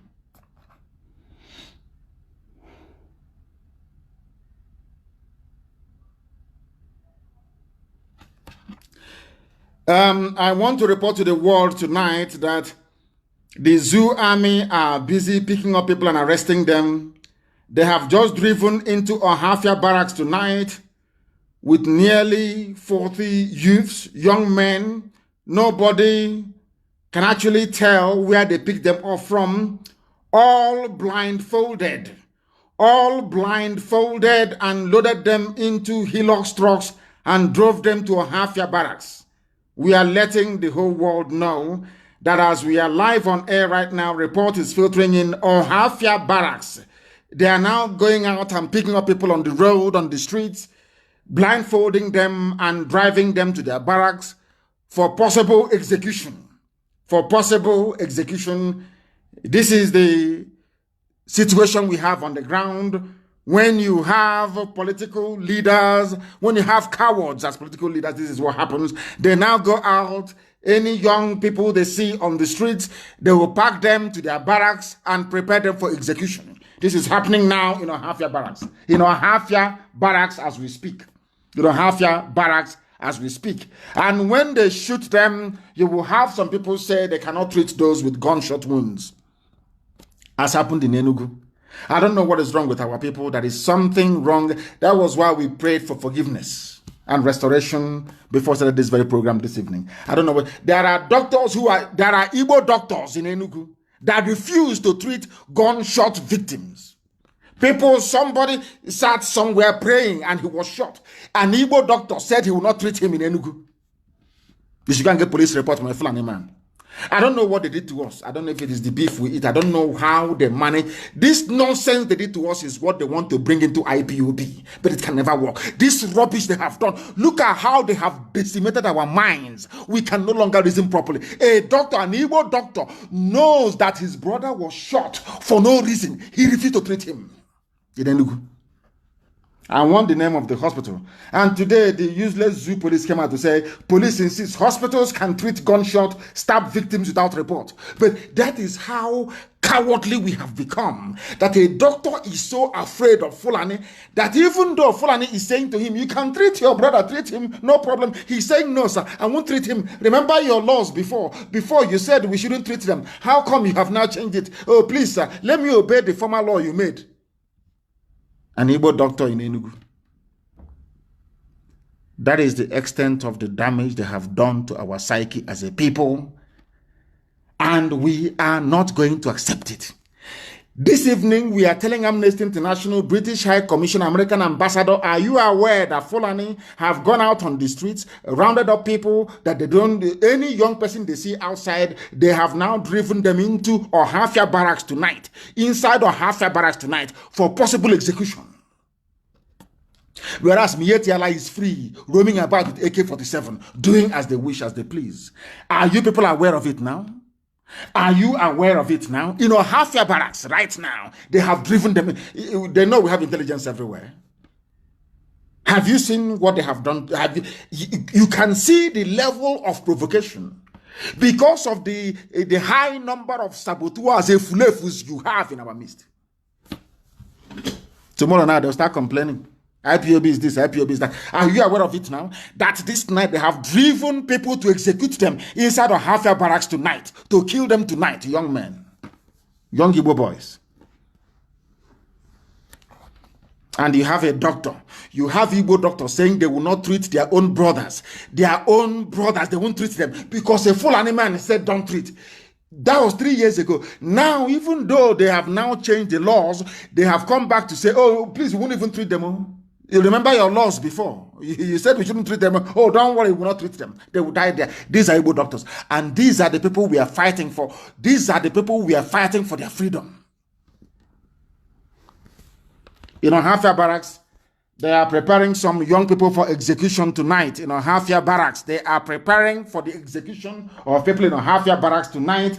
I need the name of the commandant of Ohafia barracks, please. I need his name and I need his picture, and I want it everywhere to alert the world as to what they intend to do. Execution is going to be, because BBC won't report it, CNN won't report it, they have all collected money from the zoo. They are all pursuing an Islamic agenda, all of them. Your governors will not do it because they have promised them presidency, all the 7 of them. They will not talk, they will not speak. We are now putting the world on notice that executions are about to take place tonight in Ohafia barracks. Executions are about to take place tonight of unarmed, innocent people that the Fulani Janjaweed army picked up from the streets. They are going to execute them tonight.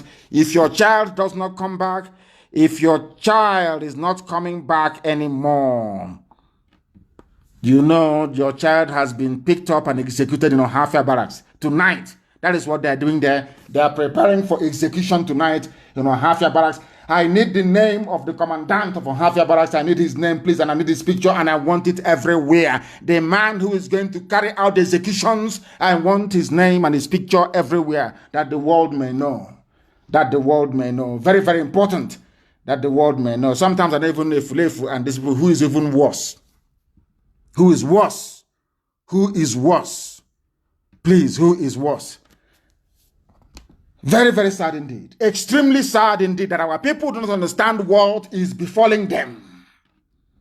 Whereas a Fulani, they are threatening to go. I don't know how they got to us. I don't know how they managed to do this thing to us. I keep saying, is it the cattle that we are eating? I don't know how they managed to penetrate us this way, that our brain has been scrambled. We no longer reason very well like a people. We are no longer together like a. It is impossible now to hold our people together.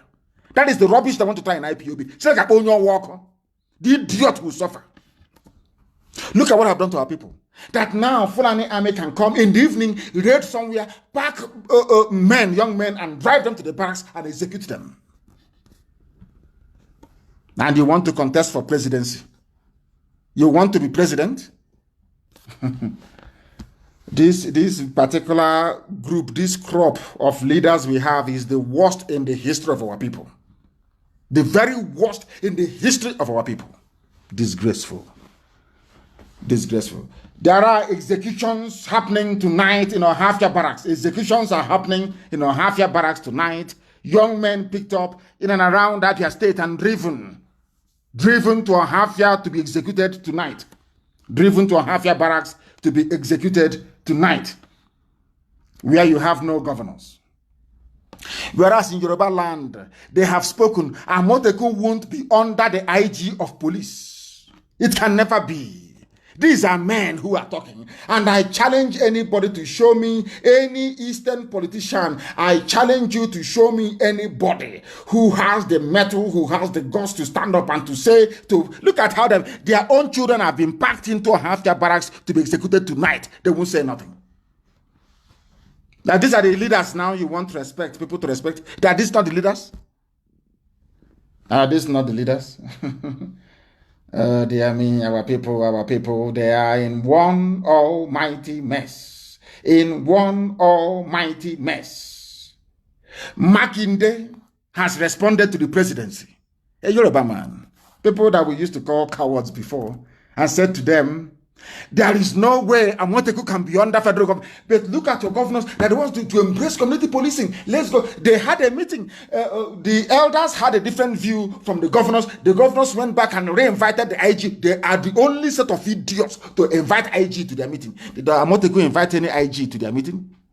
When the Oduduwa were setting up their security, did they invite any Fulani man there? I don't know what is wrong with. I have no idea what is wrong with this generation. I have no idea who corrupted their brain. I have no idea, to be honest. I have no idea. I have no idea. But inside Ohafia barracks tonight, people are being executed in Ohafia barracks by Fulani Janjaweed terrorist army.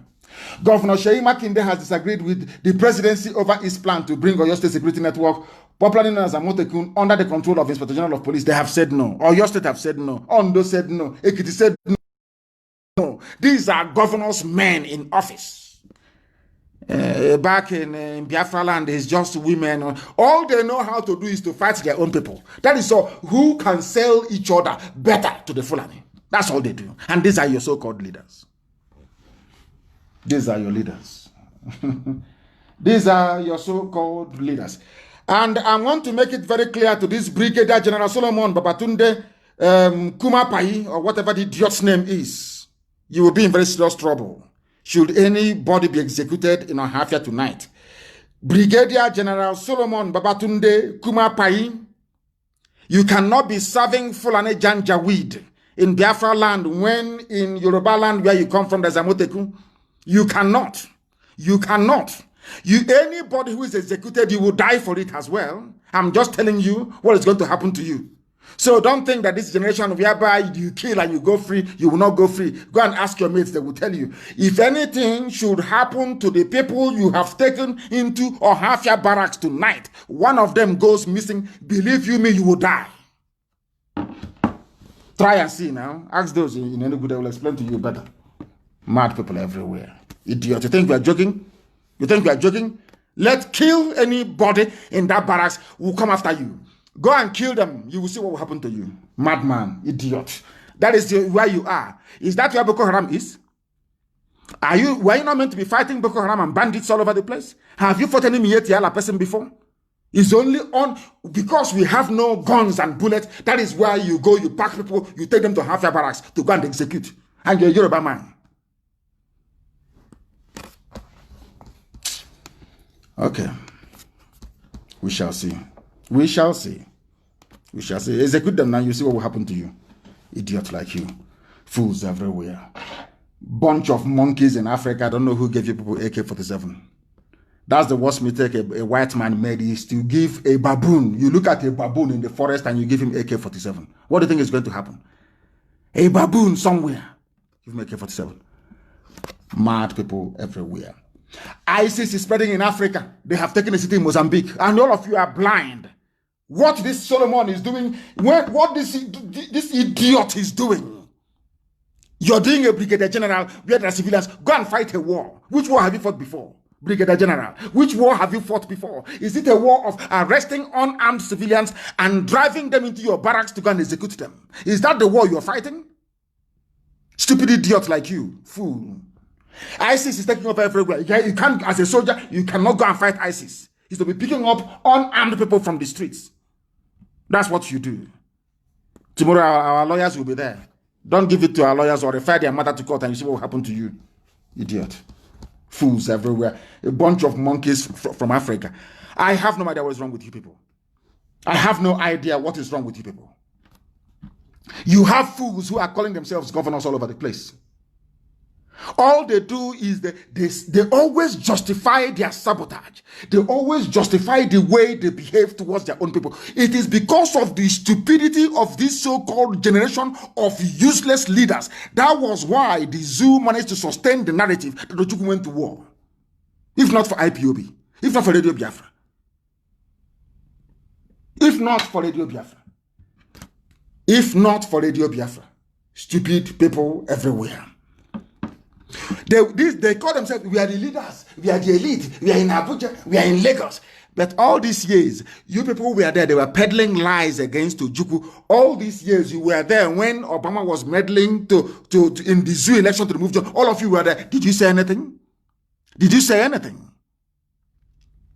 Did you say anything? Nonsense. We are going to teach them a lesson in a half year. They will see. That thing they want, they will get it in a half year. They will get it now, and I'm sure they know that very well. BBC will prepare. Prepare. BBC will should go and prepare.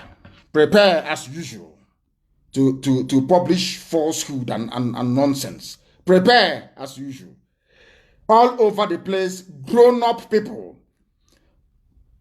grown-up men are rising up to defend their own. It is only in Biafra land that you have political leaders who will sit idly by and watch the decimation and watch the destruction of their own people. It's only them. You will sit idly by and watch the destruction of your own people. Only you. Only you. Especially those of them that claim they are Igbo. I don't know what is wrong with them. I have no idea what is wrong with them. Let us try and see if we can get you what a proper governor is saying. Listen. They were not carrying arms. They didn't allow them to carry arms. But a case was made at the end of the day, today they carry arms. I'm sure a Motekun case gradually will be like that. We're going to make the case. Well, Your Excellency, it appears as though the IGP is indulgent. And this is a Yoruba Akeredolu saying that one day a Motekun will bear arms. We don't even have arms, so there is no security network. Look at how the army is packing our people and executing them in Ohafia barracks. Can you believe that? Can you believe that? They pack people, they kill them in broad day. This one will happen tonight. They're executing people tonight in Ohafia barracks. These are the people we used to say, oh, Yorubas are cowards. Can you see what their governors are saying? Makinde have said, this is Akeredolu, I want to play his voice for you. So he said, Amotekun will carry arms to defend Yoruba nation. Listen very carefully. Your own is, they promised them presidency and they have abandoned their first duty, which is to defend their own people. A bunch of fools they are. Listen, please. At least when civil defense started, they were not carrying arms. They didn't allow them to carry arms. But a case was made at the end of the day, today they carry arms. I'm sure a Motekun case gradually will be like that. We're going to make the case. Well, Your Excellency, it appears as though the IGP isn't bulging, and now we know that there's a community policing idea there. Listen, and I'm wondering, what if in eventuality that the IGP says, well, this is not going to happen, except you collapse Amotekun into community policing, then would you just leave Amotekun to be handicapped in court for the time being? What are you going to do, really? I've said this. I said it clearly. Listen. Let me repeat it. We will not collapse Amotekun to community policing. Amotekun was a Yoruba governor. You see people that love their people. They say, oh, the Yorubas, they respect their politicians. Why won't you respect a man that speaks this way? Has any of you spoken this way and you do not get respect? Don't Abaribe have respect? Don't Professor Wala have respect? Don't our elder Mbazulika Mechi have respect? If you speak like a grown-up man, somebody will respect you. Tell me why Yoruba people will not respect governors like this if you speak this way. Listen. Start on his own. There is a law creating this Amotekun setup, this security setup. So it's not going to be collapsed. There is no intimidation. We are not people that can be intimidated. And we are not people that the IG will give order to.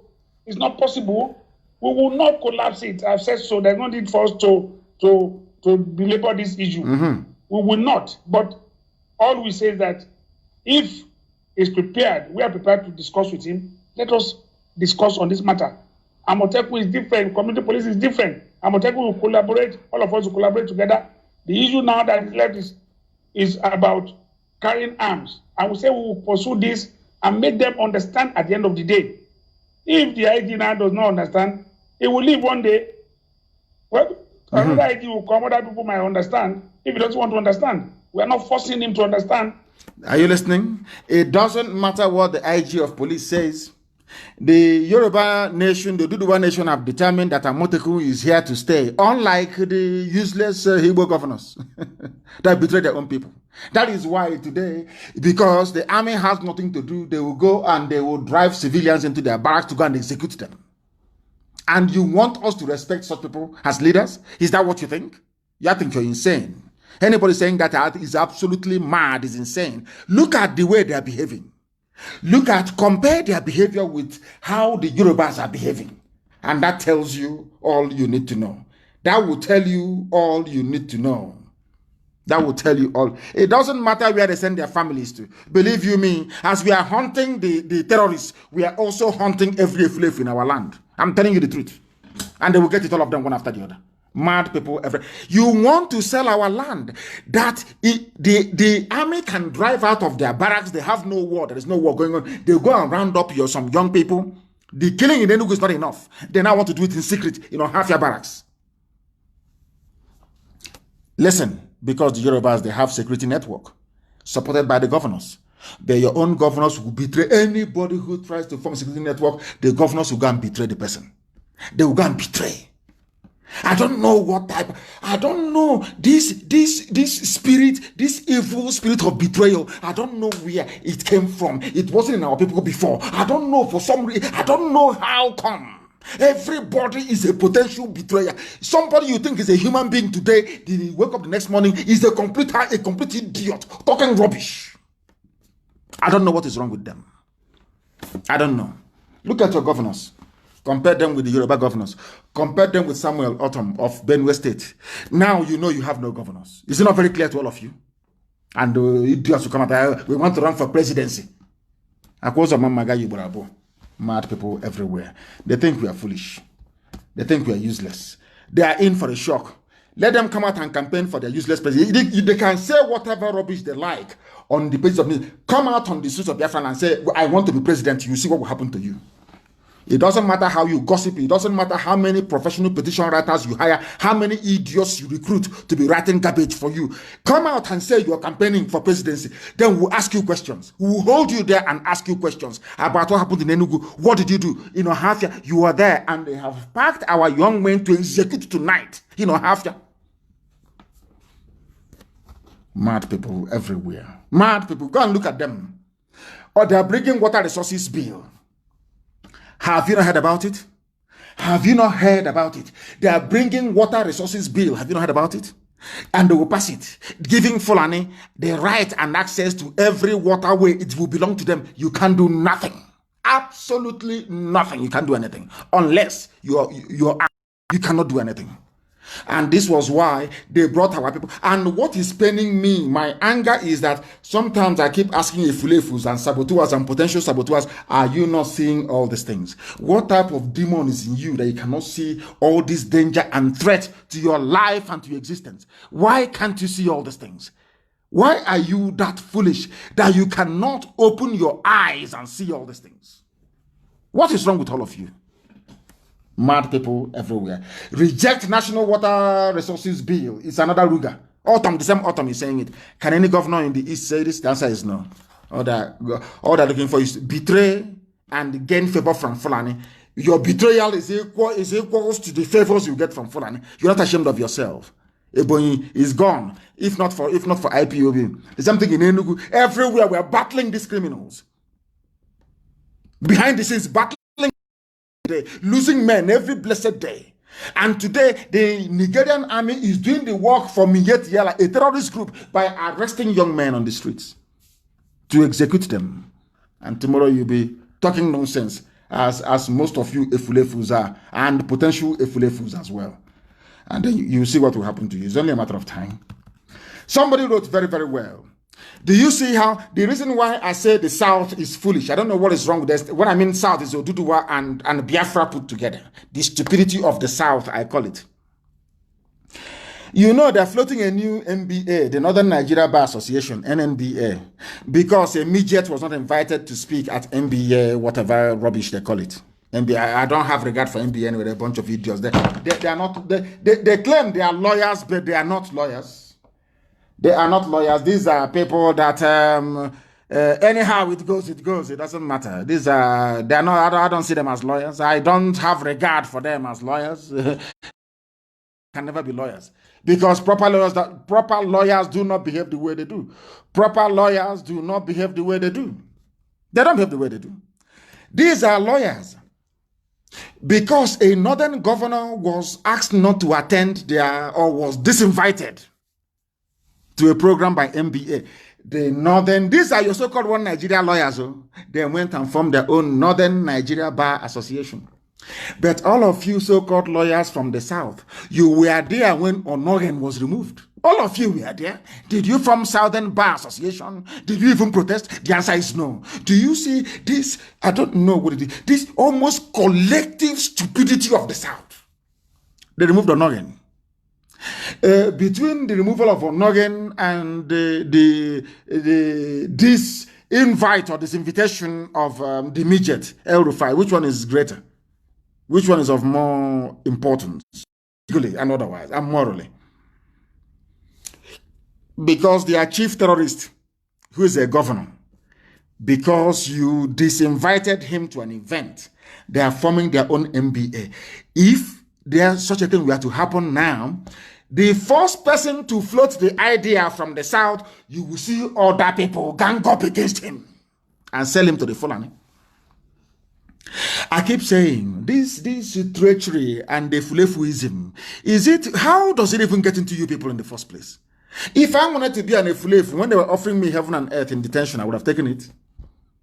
Why don't people ever learn from us? Learn from those of us. Why is this sabo tendency in the South? I'm asking again. I'm asking the useless, foolish Nigeria Bar Association. When they illegally removed Onogen, why didn't you people form your own separate bar? Do you see the way the North behave, the Fulani behave? Because it's the Fulani that controls the North. North, I mean, is Arewa or North. Do you see the way they behave? How they look out for one another? Tell me why they won't love each other. Why they will not fight for each other. Why they will not respect each other. Tell me why. But your job is to sell. Your job is to sell each other. That is your job. Even what is supposed to cause quarrel and everything is you twist and twist and twist until it becomes a problem. And then you find excuse to become a traitor. Always, all we are looking for is how can I become a legitimate traitor? Everybody has a grievance. Every idiot, if not the way you woke up in the morning, is what you're wearing, is the way you spoke, the way you stood up, the way you follow Judaism, the way there must be an excuse for a sabot. Every saboteur has an excuse to become a saboteur. But they cannot see me yet in their backyard. They cannot see that the young men are being executed in cold blood. You know, half your barracks tonight, they will never see it. I don't know what is wrong with them. They can see that the North has formed their own NBA, Northern Nigeria Bar Association, because a governor was not invited to an event, whereas a sitting chief justice was removed illegally. They did nothing. What does that tell you about these people? Do you see how they have damaged us from within? These guys, they are like a disease. They've gone into us and they've been eating us from within since after the war. Now we are decaying on the outside and they have come for the kill. And we cannot do anything about it. Absolutely nothing. Onogan was removed. There was no noise. No noise. This is... Can you... Now, let me put it to you this way. Are you telling me now that perchance... Osibajo is sworn in as the president since Buhari is long dead since 2017. And Osibajo will now remove Tanko. What do you think will happen? The aeroplane tunnel. Do you think anybody can remove him? Remove him now, you see what will happen to you. You cannot remove him. Because they are united. They know what they want. They know what... But our own is that wretched, useless idiot from the back will always raise up his hand, ask a foolish question, and then run to the Fulani camp to go and become a full-time saboteur. And some of you actually spend time listening to these idiots and responding to these fools. That is the most painful and difficult aspect of it. Whereas Mieti Allah is in your backyard, killing you, raping your sisters and cutting them up into pieces. That is what has been happening. So some of you don't know that. Very sad indeed. And you have governors. Tomorrow they want to be president. It's from our brother analyzed it very well. Bishop Sedwin analyzed it very, very well. He called them Mundin Zuzu. Always their brain is only against their own people. You see them intellectualized and talking rubbish only against their own people. When we formed the BSS, they were all talking their usual garbage. Look at Yoruba Utamoteku. Any dissenting voice? Look at the terrorist Mietiala. Look at the Fulani. Any dissenting voice? It's only you people. Notice me. Everybody wants to be noticed. Every idiot wants to be noticed. Every fool, notice me. Notice me. Not because you're fighting your enemies, but because you're fighting your own brother. That is when you have strength and energy. They have formed Northern Nigeria Bar Association because you did not invite their hitman, their main governor, the chief sponsor of terrorists in the north. Onogan was removed, gone. The DSS director was removed, gone.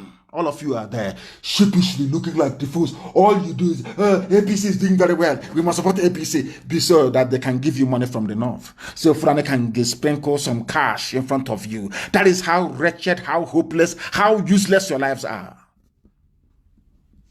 Useless to the core. And you think we can compromise? We can join you in your nonsense? You are talking rubbish. When other governors are busy protecting their land, talking about their people, that they will not allow any nonsense to happen in their land, your own governors are busy calling DSS or Fulani to go and arrest pensioners who are protesting. The Supreme Court governor. These are leaders. These are the people that some stupid elders, this is the idiot that some stupid elders went to say, oh, congratulations, you're here now. Forgetting that he had won the election.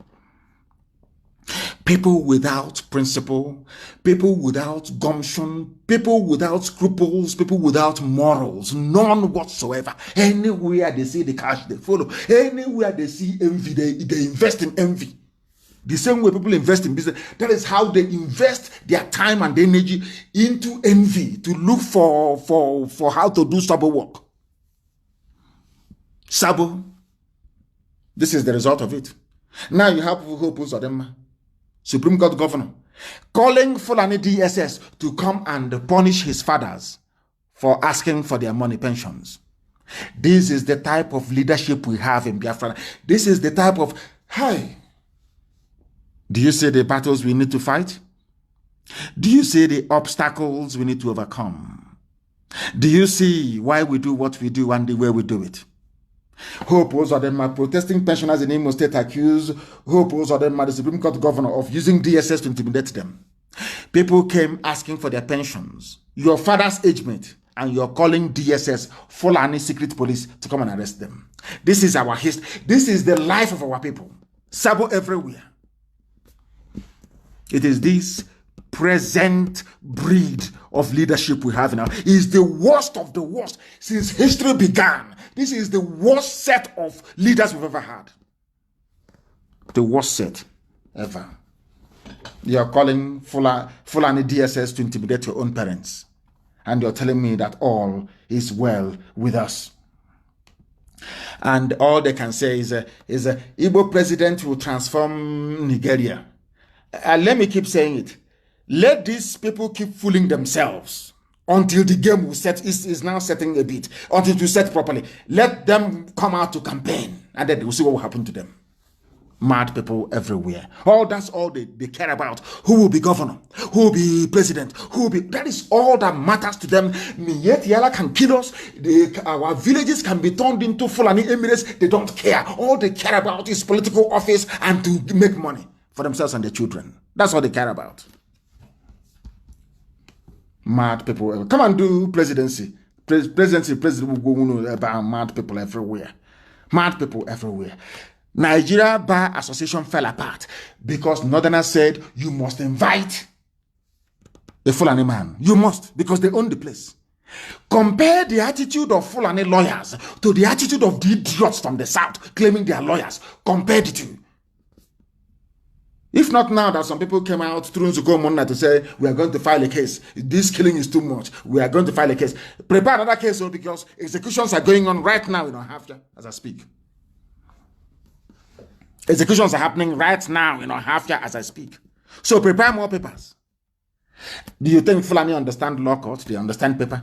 The only thing they understand is AK-47 and rocket propelled grenade. That's the only thing they have, the only language they understand. All this rubbish filing of papers, it doesn't concern them. A Fulani judge went to court. They asked him, this prosecution of IPOB, what are you basing it on? He said he's basing it upon a Punch publication.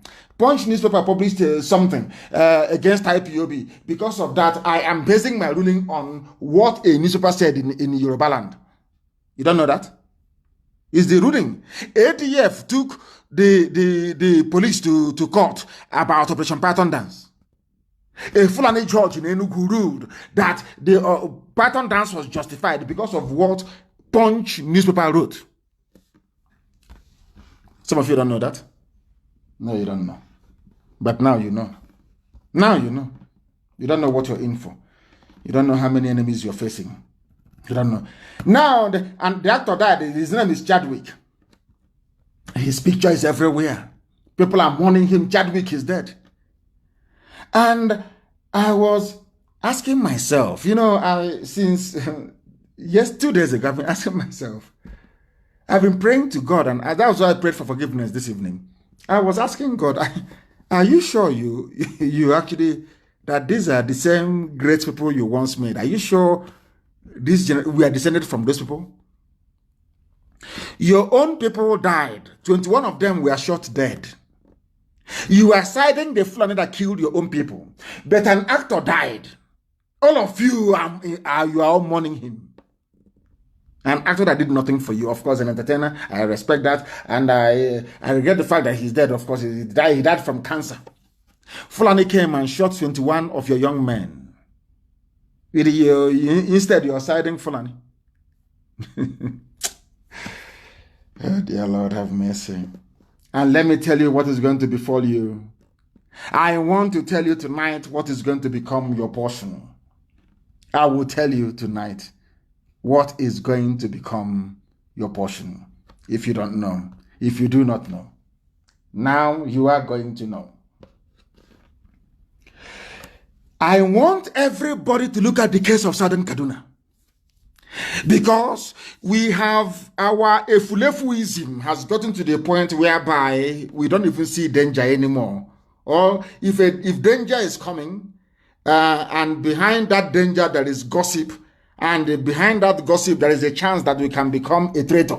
we can become a saboteur. We allow that danger to consume us. Because we are focused on how to gossip. We are focused on how to become a traitor. If we live. Let me tell you about Southern Kaduna. The creation of 4 emirates in Southern Kaduna was a declaration of war that went unnoticed. It's an article. Do you know they have declared 4 emirates in Southern Kaduna? Are you aware of that? Do you see how they roll? Why they say, oh, let's live in unity. Unity of this country. Let's unite together and unite under the mango tree. Unite under dogon yellow tree. All that rubbish. Meanwhile, as they are talking about unity, as I told you will happen in Biafra land if care is not taken, they have created 4 emirates in Southern Kaduna. Are you aware of that? 4 emirates in Southern Kaduna. That is what's going to happen to our land. But meanwhile, all that preoccupies you is how do I gossip? Oh, how do I develop my Osokos Nwampi to reach the high level where I can now become a full-time Sabo? That's what is happening to us. But meanwhile, in Southern Kaduna, as I've warned you, you see how they're creeping, they're coming south slowly. Look at how they decimated Hausa people and all the other minority tribes over there, and they're creeping and creeping and creeping. They are now in Southern Kaduna. Once they finish, they will deal with the baggy in Abuja, and now they move down, and we are taken. And Britain will support them all the way. The Arab world will support them all the way. Islamic communities all over the world will support them all the way. But you, to try and develop the Anglican church that came to your land, they have abandoned you. Roman Catholic Church that came to your land, they have abandoned all of you. None of them can speak against what is happening. They can never speak because they are all part of a wider Muslim one world religion alliance. You don't know that? People go to church singing hallelujah every day. You don't know the headquarters of your hallelujah have sold you out to Islam. They've sold you out. You don't know that? Tell me where they are killing Muslims and you don't hear Muslim leaders and the imams speak out. It is only in Christianity that Christians are being murdered. You don't hear the Archbishop of Canterbury will not say anything. Pope will not say anything. Instead, he say, I'm praying to Virgin Mary to intercede. All the Episcopal churches in America, they're not saying anything. Nothing. All the New Age Pentecostal churches, nothing. It is only in Christianity that they are killing people and nobody will talk. Now, the Southern Kaduna, they are Christians. They are now getting emirates, 4 emirates. With the help of the Muslim world. And people are still suffering because when there's somebody answering Abdullahi Musa will come and make fun of you and Israel and the Hebrew and your Jewishness and you capitulate. But he has no connection to the Arab world, no connection whatsoever. Only through conquest, religion. His name is Arabic. He's proud of his Arabic heritage, very proud. But he will make you to be ashamed of your own heritage. Are you not a fool? Are you not an idiot? Because of that tendency, I want to stand out. I want to be the troublemaker. You know, if you go to a village meeting sometimes, there are some idiots that want to be noticed. You will see them. If once does anybody have a question, they will raise their hand up because they want to be noticed. They want people to notice them that they are there. Not that they have anything important to say or any important question to ask. That tells you all you need to know. All you need to know about our people. And now, Southern Kaduna, they are getting it. They are the ones that fought against Biafra and said, oh, Biafra is this, Ojukwu is that. But now, we have blown open their lies. You can now see the number of enemies that you have, can't you? You can now see it very clearly in broad daylight. Now, today, in Southern Kaduna, they are suffering it. In Southern Kaduna, they are about to get new emirates. And they are gone. That was why our good friend, Dr. Bodaya Mailafia, said that Nigeria is not a normal country. It is not normal. It takes only a fool. I tweeted it yesterday. Only a complete idiot can believe in one. Anybody, once I see you and say, I'm a Nigerian, I believe in Nigeria, I know you are a complete and utter idiot. A complete and utter fool. A complete and utter idiot. You have no brain. I'm going to go very shortly to see what Dr. Mailafia actually had to say. Of course, our FM is live in Kanu now. We are broadcasting in Kanu. We are live and direct in Kanu. That's how we should be. And people are busy talking rubbish. Whereas we are live and direct in Kanu. Now, listen very carefully to this. Dr. Obadiah Mailafia said, there is something abnormal about Nigeria. Something abnormal. He said, there is something abnormal about our country. Nigeria is a country that hates the truth. And that is not normal at all. That is why, Nnamdi Kanu this, Nnamdi Kanu that, because they hate the truth. Nobody can come out to fault anything that I've said. No human being, no bagger can do it. It's the way he insults people. How, if look at the man, he's telling you that you are living in a country that is abnormal. How can I talk to you normally? You are an abnormal person for accepting an abnormality. The zoo is an abnormality. Nigeria is an abnormal creation by a white man and a white woman. It should not stand. It cannot stand. Not today, not tomorrow. Not ever. That is why the Fulanis, imagine if Azikiwe had resisted. We will have the case of Mietiala today. Will our land, will it be taken over by Mietiala? Fulani Janjaweed terrorists? Had Zik, that time they were telling Zik, this your one Nigeria will consume also. He said no, it won't. Today, has it not consumed us? Have you seen what one man's inordinate ambition has brought to our people? 5 million dead between 66 to 1970. Killings going on till this very day, till this very precise moment. Even this night, executions happening in Ohafia this night. Because one man said, I want to be a Nigerian. Some of you do not think about the consequences of your actions until it's too late. Until it is too late. Very, very sad indeed. I'll continue with what Dr. Obadiah Mailafia said. He said, these killings going on constitute an existential threat. I don't know why, for the life of me, that people tolerate the killings and think it's okay. People, black people, they see, like in Ohafia tonight, people are being killed right now as I speak in Ohafia barracks. Tomorrow life will continue as normal. And that is why I believe that God is angry with black people. There is something very, very evil about the way black people condone evil.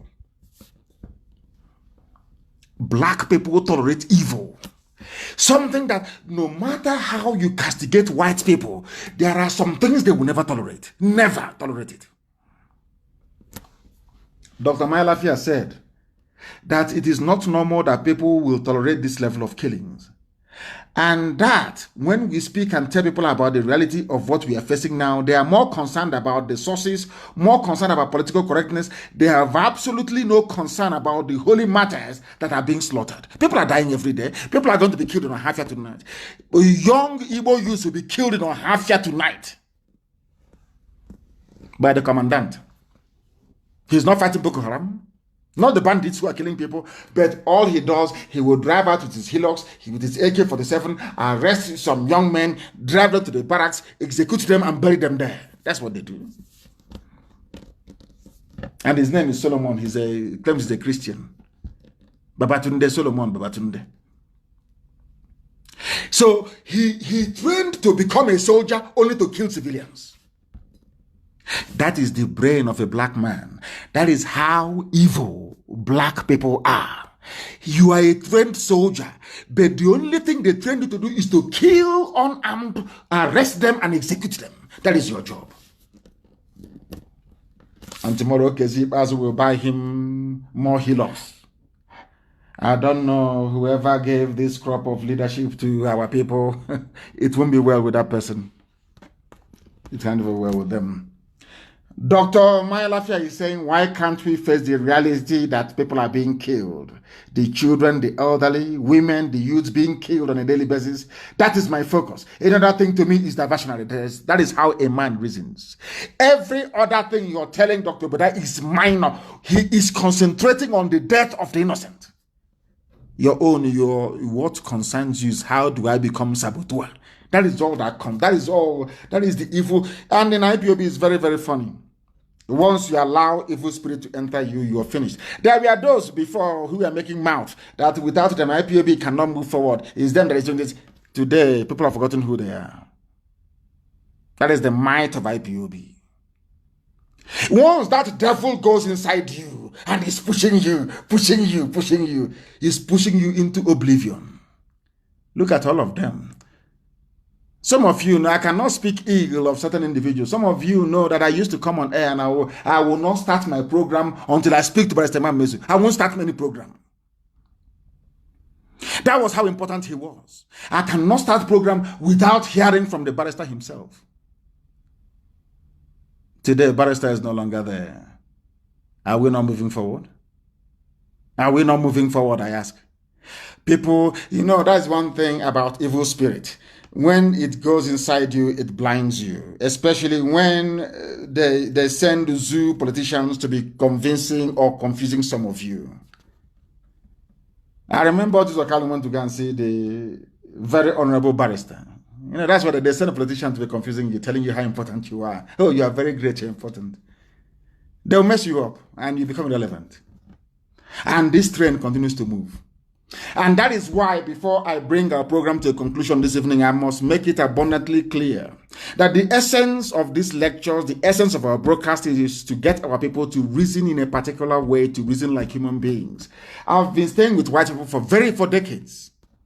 I've been staying with white people for very many years. I know the way they reason. I know the way they react. Listen, when a white person is watching somebody, a contestant in a prize, contesting for prize money, sometimes it could be, Who Wants to Be a Millionaire? You will see the way that somebody that knows that he will not get one dime from that person will be praying for that person to win the top prize. And I'll be looking at white people like this. They'll be rooting. They'll come to work the next day. They will say, I wanted him to win the $1 million. I wanted him, £1 million. I was praying for him to win. He doesn't even know who the person is. Because their society groomed them to be nice to one another. You cannot see that is why white people, once you're a traitor in a white land, you're executed. The only thing they can execute you for is for treachery. To work against your country. They will kill you for it. You can rape children and go free. You can commit murder and you will go free. Once it is high treason, you are going down for. Once you sell the secret of your country to another person, you're jailed for life. You can never see the outside again. But black people leave themselves open. Let me warn tonight. If you leave yourself open, the devil will end, because what we are doing is a spiritual battle. So we are the children of light, and darkness is trying to penetrate all the time. If you are not fortified, if you're not prayerful, if you're not watchful, if you're not conscious, darkness will enter into you.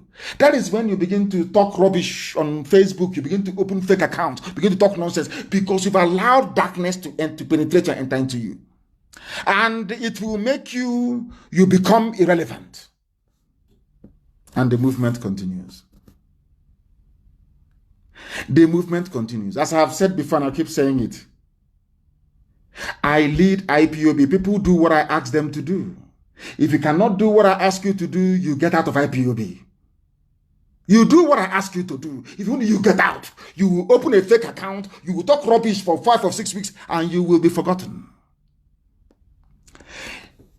Do you know that when I was in prison, was IPOB not moving ahead? But I was in prison. IPOB was opening new families all over the world. Was it not moving ahead? I myself can't even stop IPOB. I can't. And nobody can. Because it was ordained from heaven that we must come at this time. We are going to face it. I told you 2 weeks will be very, very critical. Did I not say it? Have you not seen what has been happening? Culminating in them picking up some young men and executing them tonight in Ohafia Barracks. But in the end, we are going to prevail. And those of us who will be there at the end will sit down and have a discussion about this. And say, do you remember so and so time? What happened? How many traitors we had to deal with? Because victory is ours. And Chukwuka Kabiyam will take all the glory, praise, adoration, and honor. I thank you all very much for listening this very evening. And as I've said before, those of you who are in the habit, please, of disobeying your coordinators, this is from doing so. But if they ask you to do something horrible, then you know where and who to complain to. Very, very important. But if you are in this movement and you are not buying into the full ideology that we are propagating, then you shouldn't be part of us. You cannot be. If you are in this movement and you don't believe that the whole of Biafra land is one, you don't believe we have one common heritage, one common ancestry, one common identity, then IPOB is not for you. I don't care who you are. You get out and we proceed. Not that anybody's going to stop us. We are marching on anyway. But that's the way it's going to be. But we must do everything we do with love, compassion, care, and understanding. Very, very critical. We do that as well. But in the main, Chukwu Kikabiama is supreme. And after that comes IPOB and everything else. I thank you very much for listening this very evening. And as always, to us, Biafra is the sum of all that we are. That is why here on radio, Biafra is where we worship. And Chukwu Kikabiama Purumi Henine, the creator of the heavens and the earth, is our God. I thank you very much, all of you, for listening this very evening, morning, afternoon, or night, depending on where you are. But from me, from here, good evening.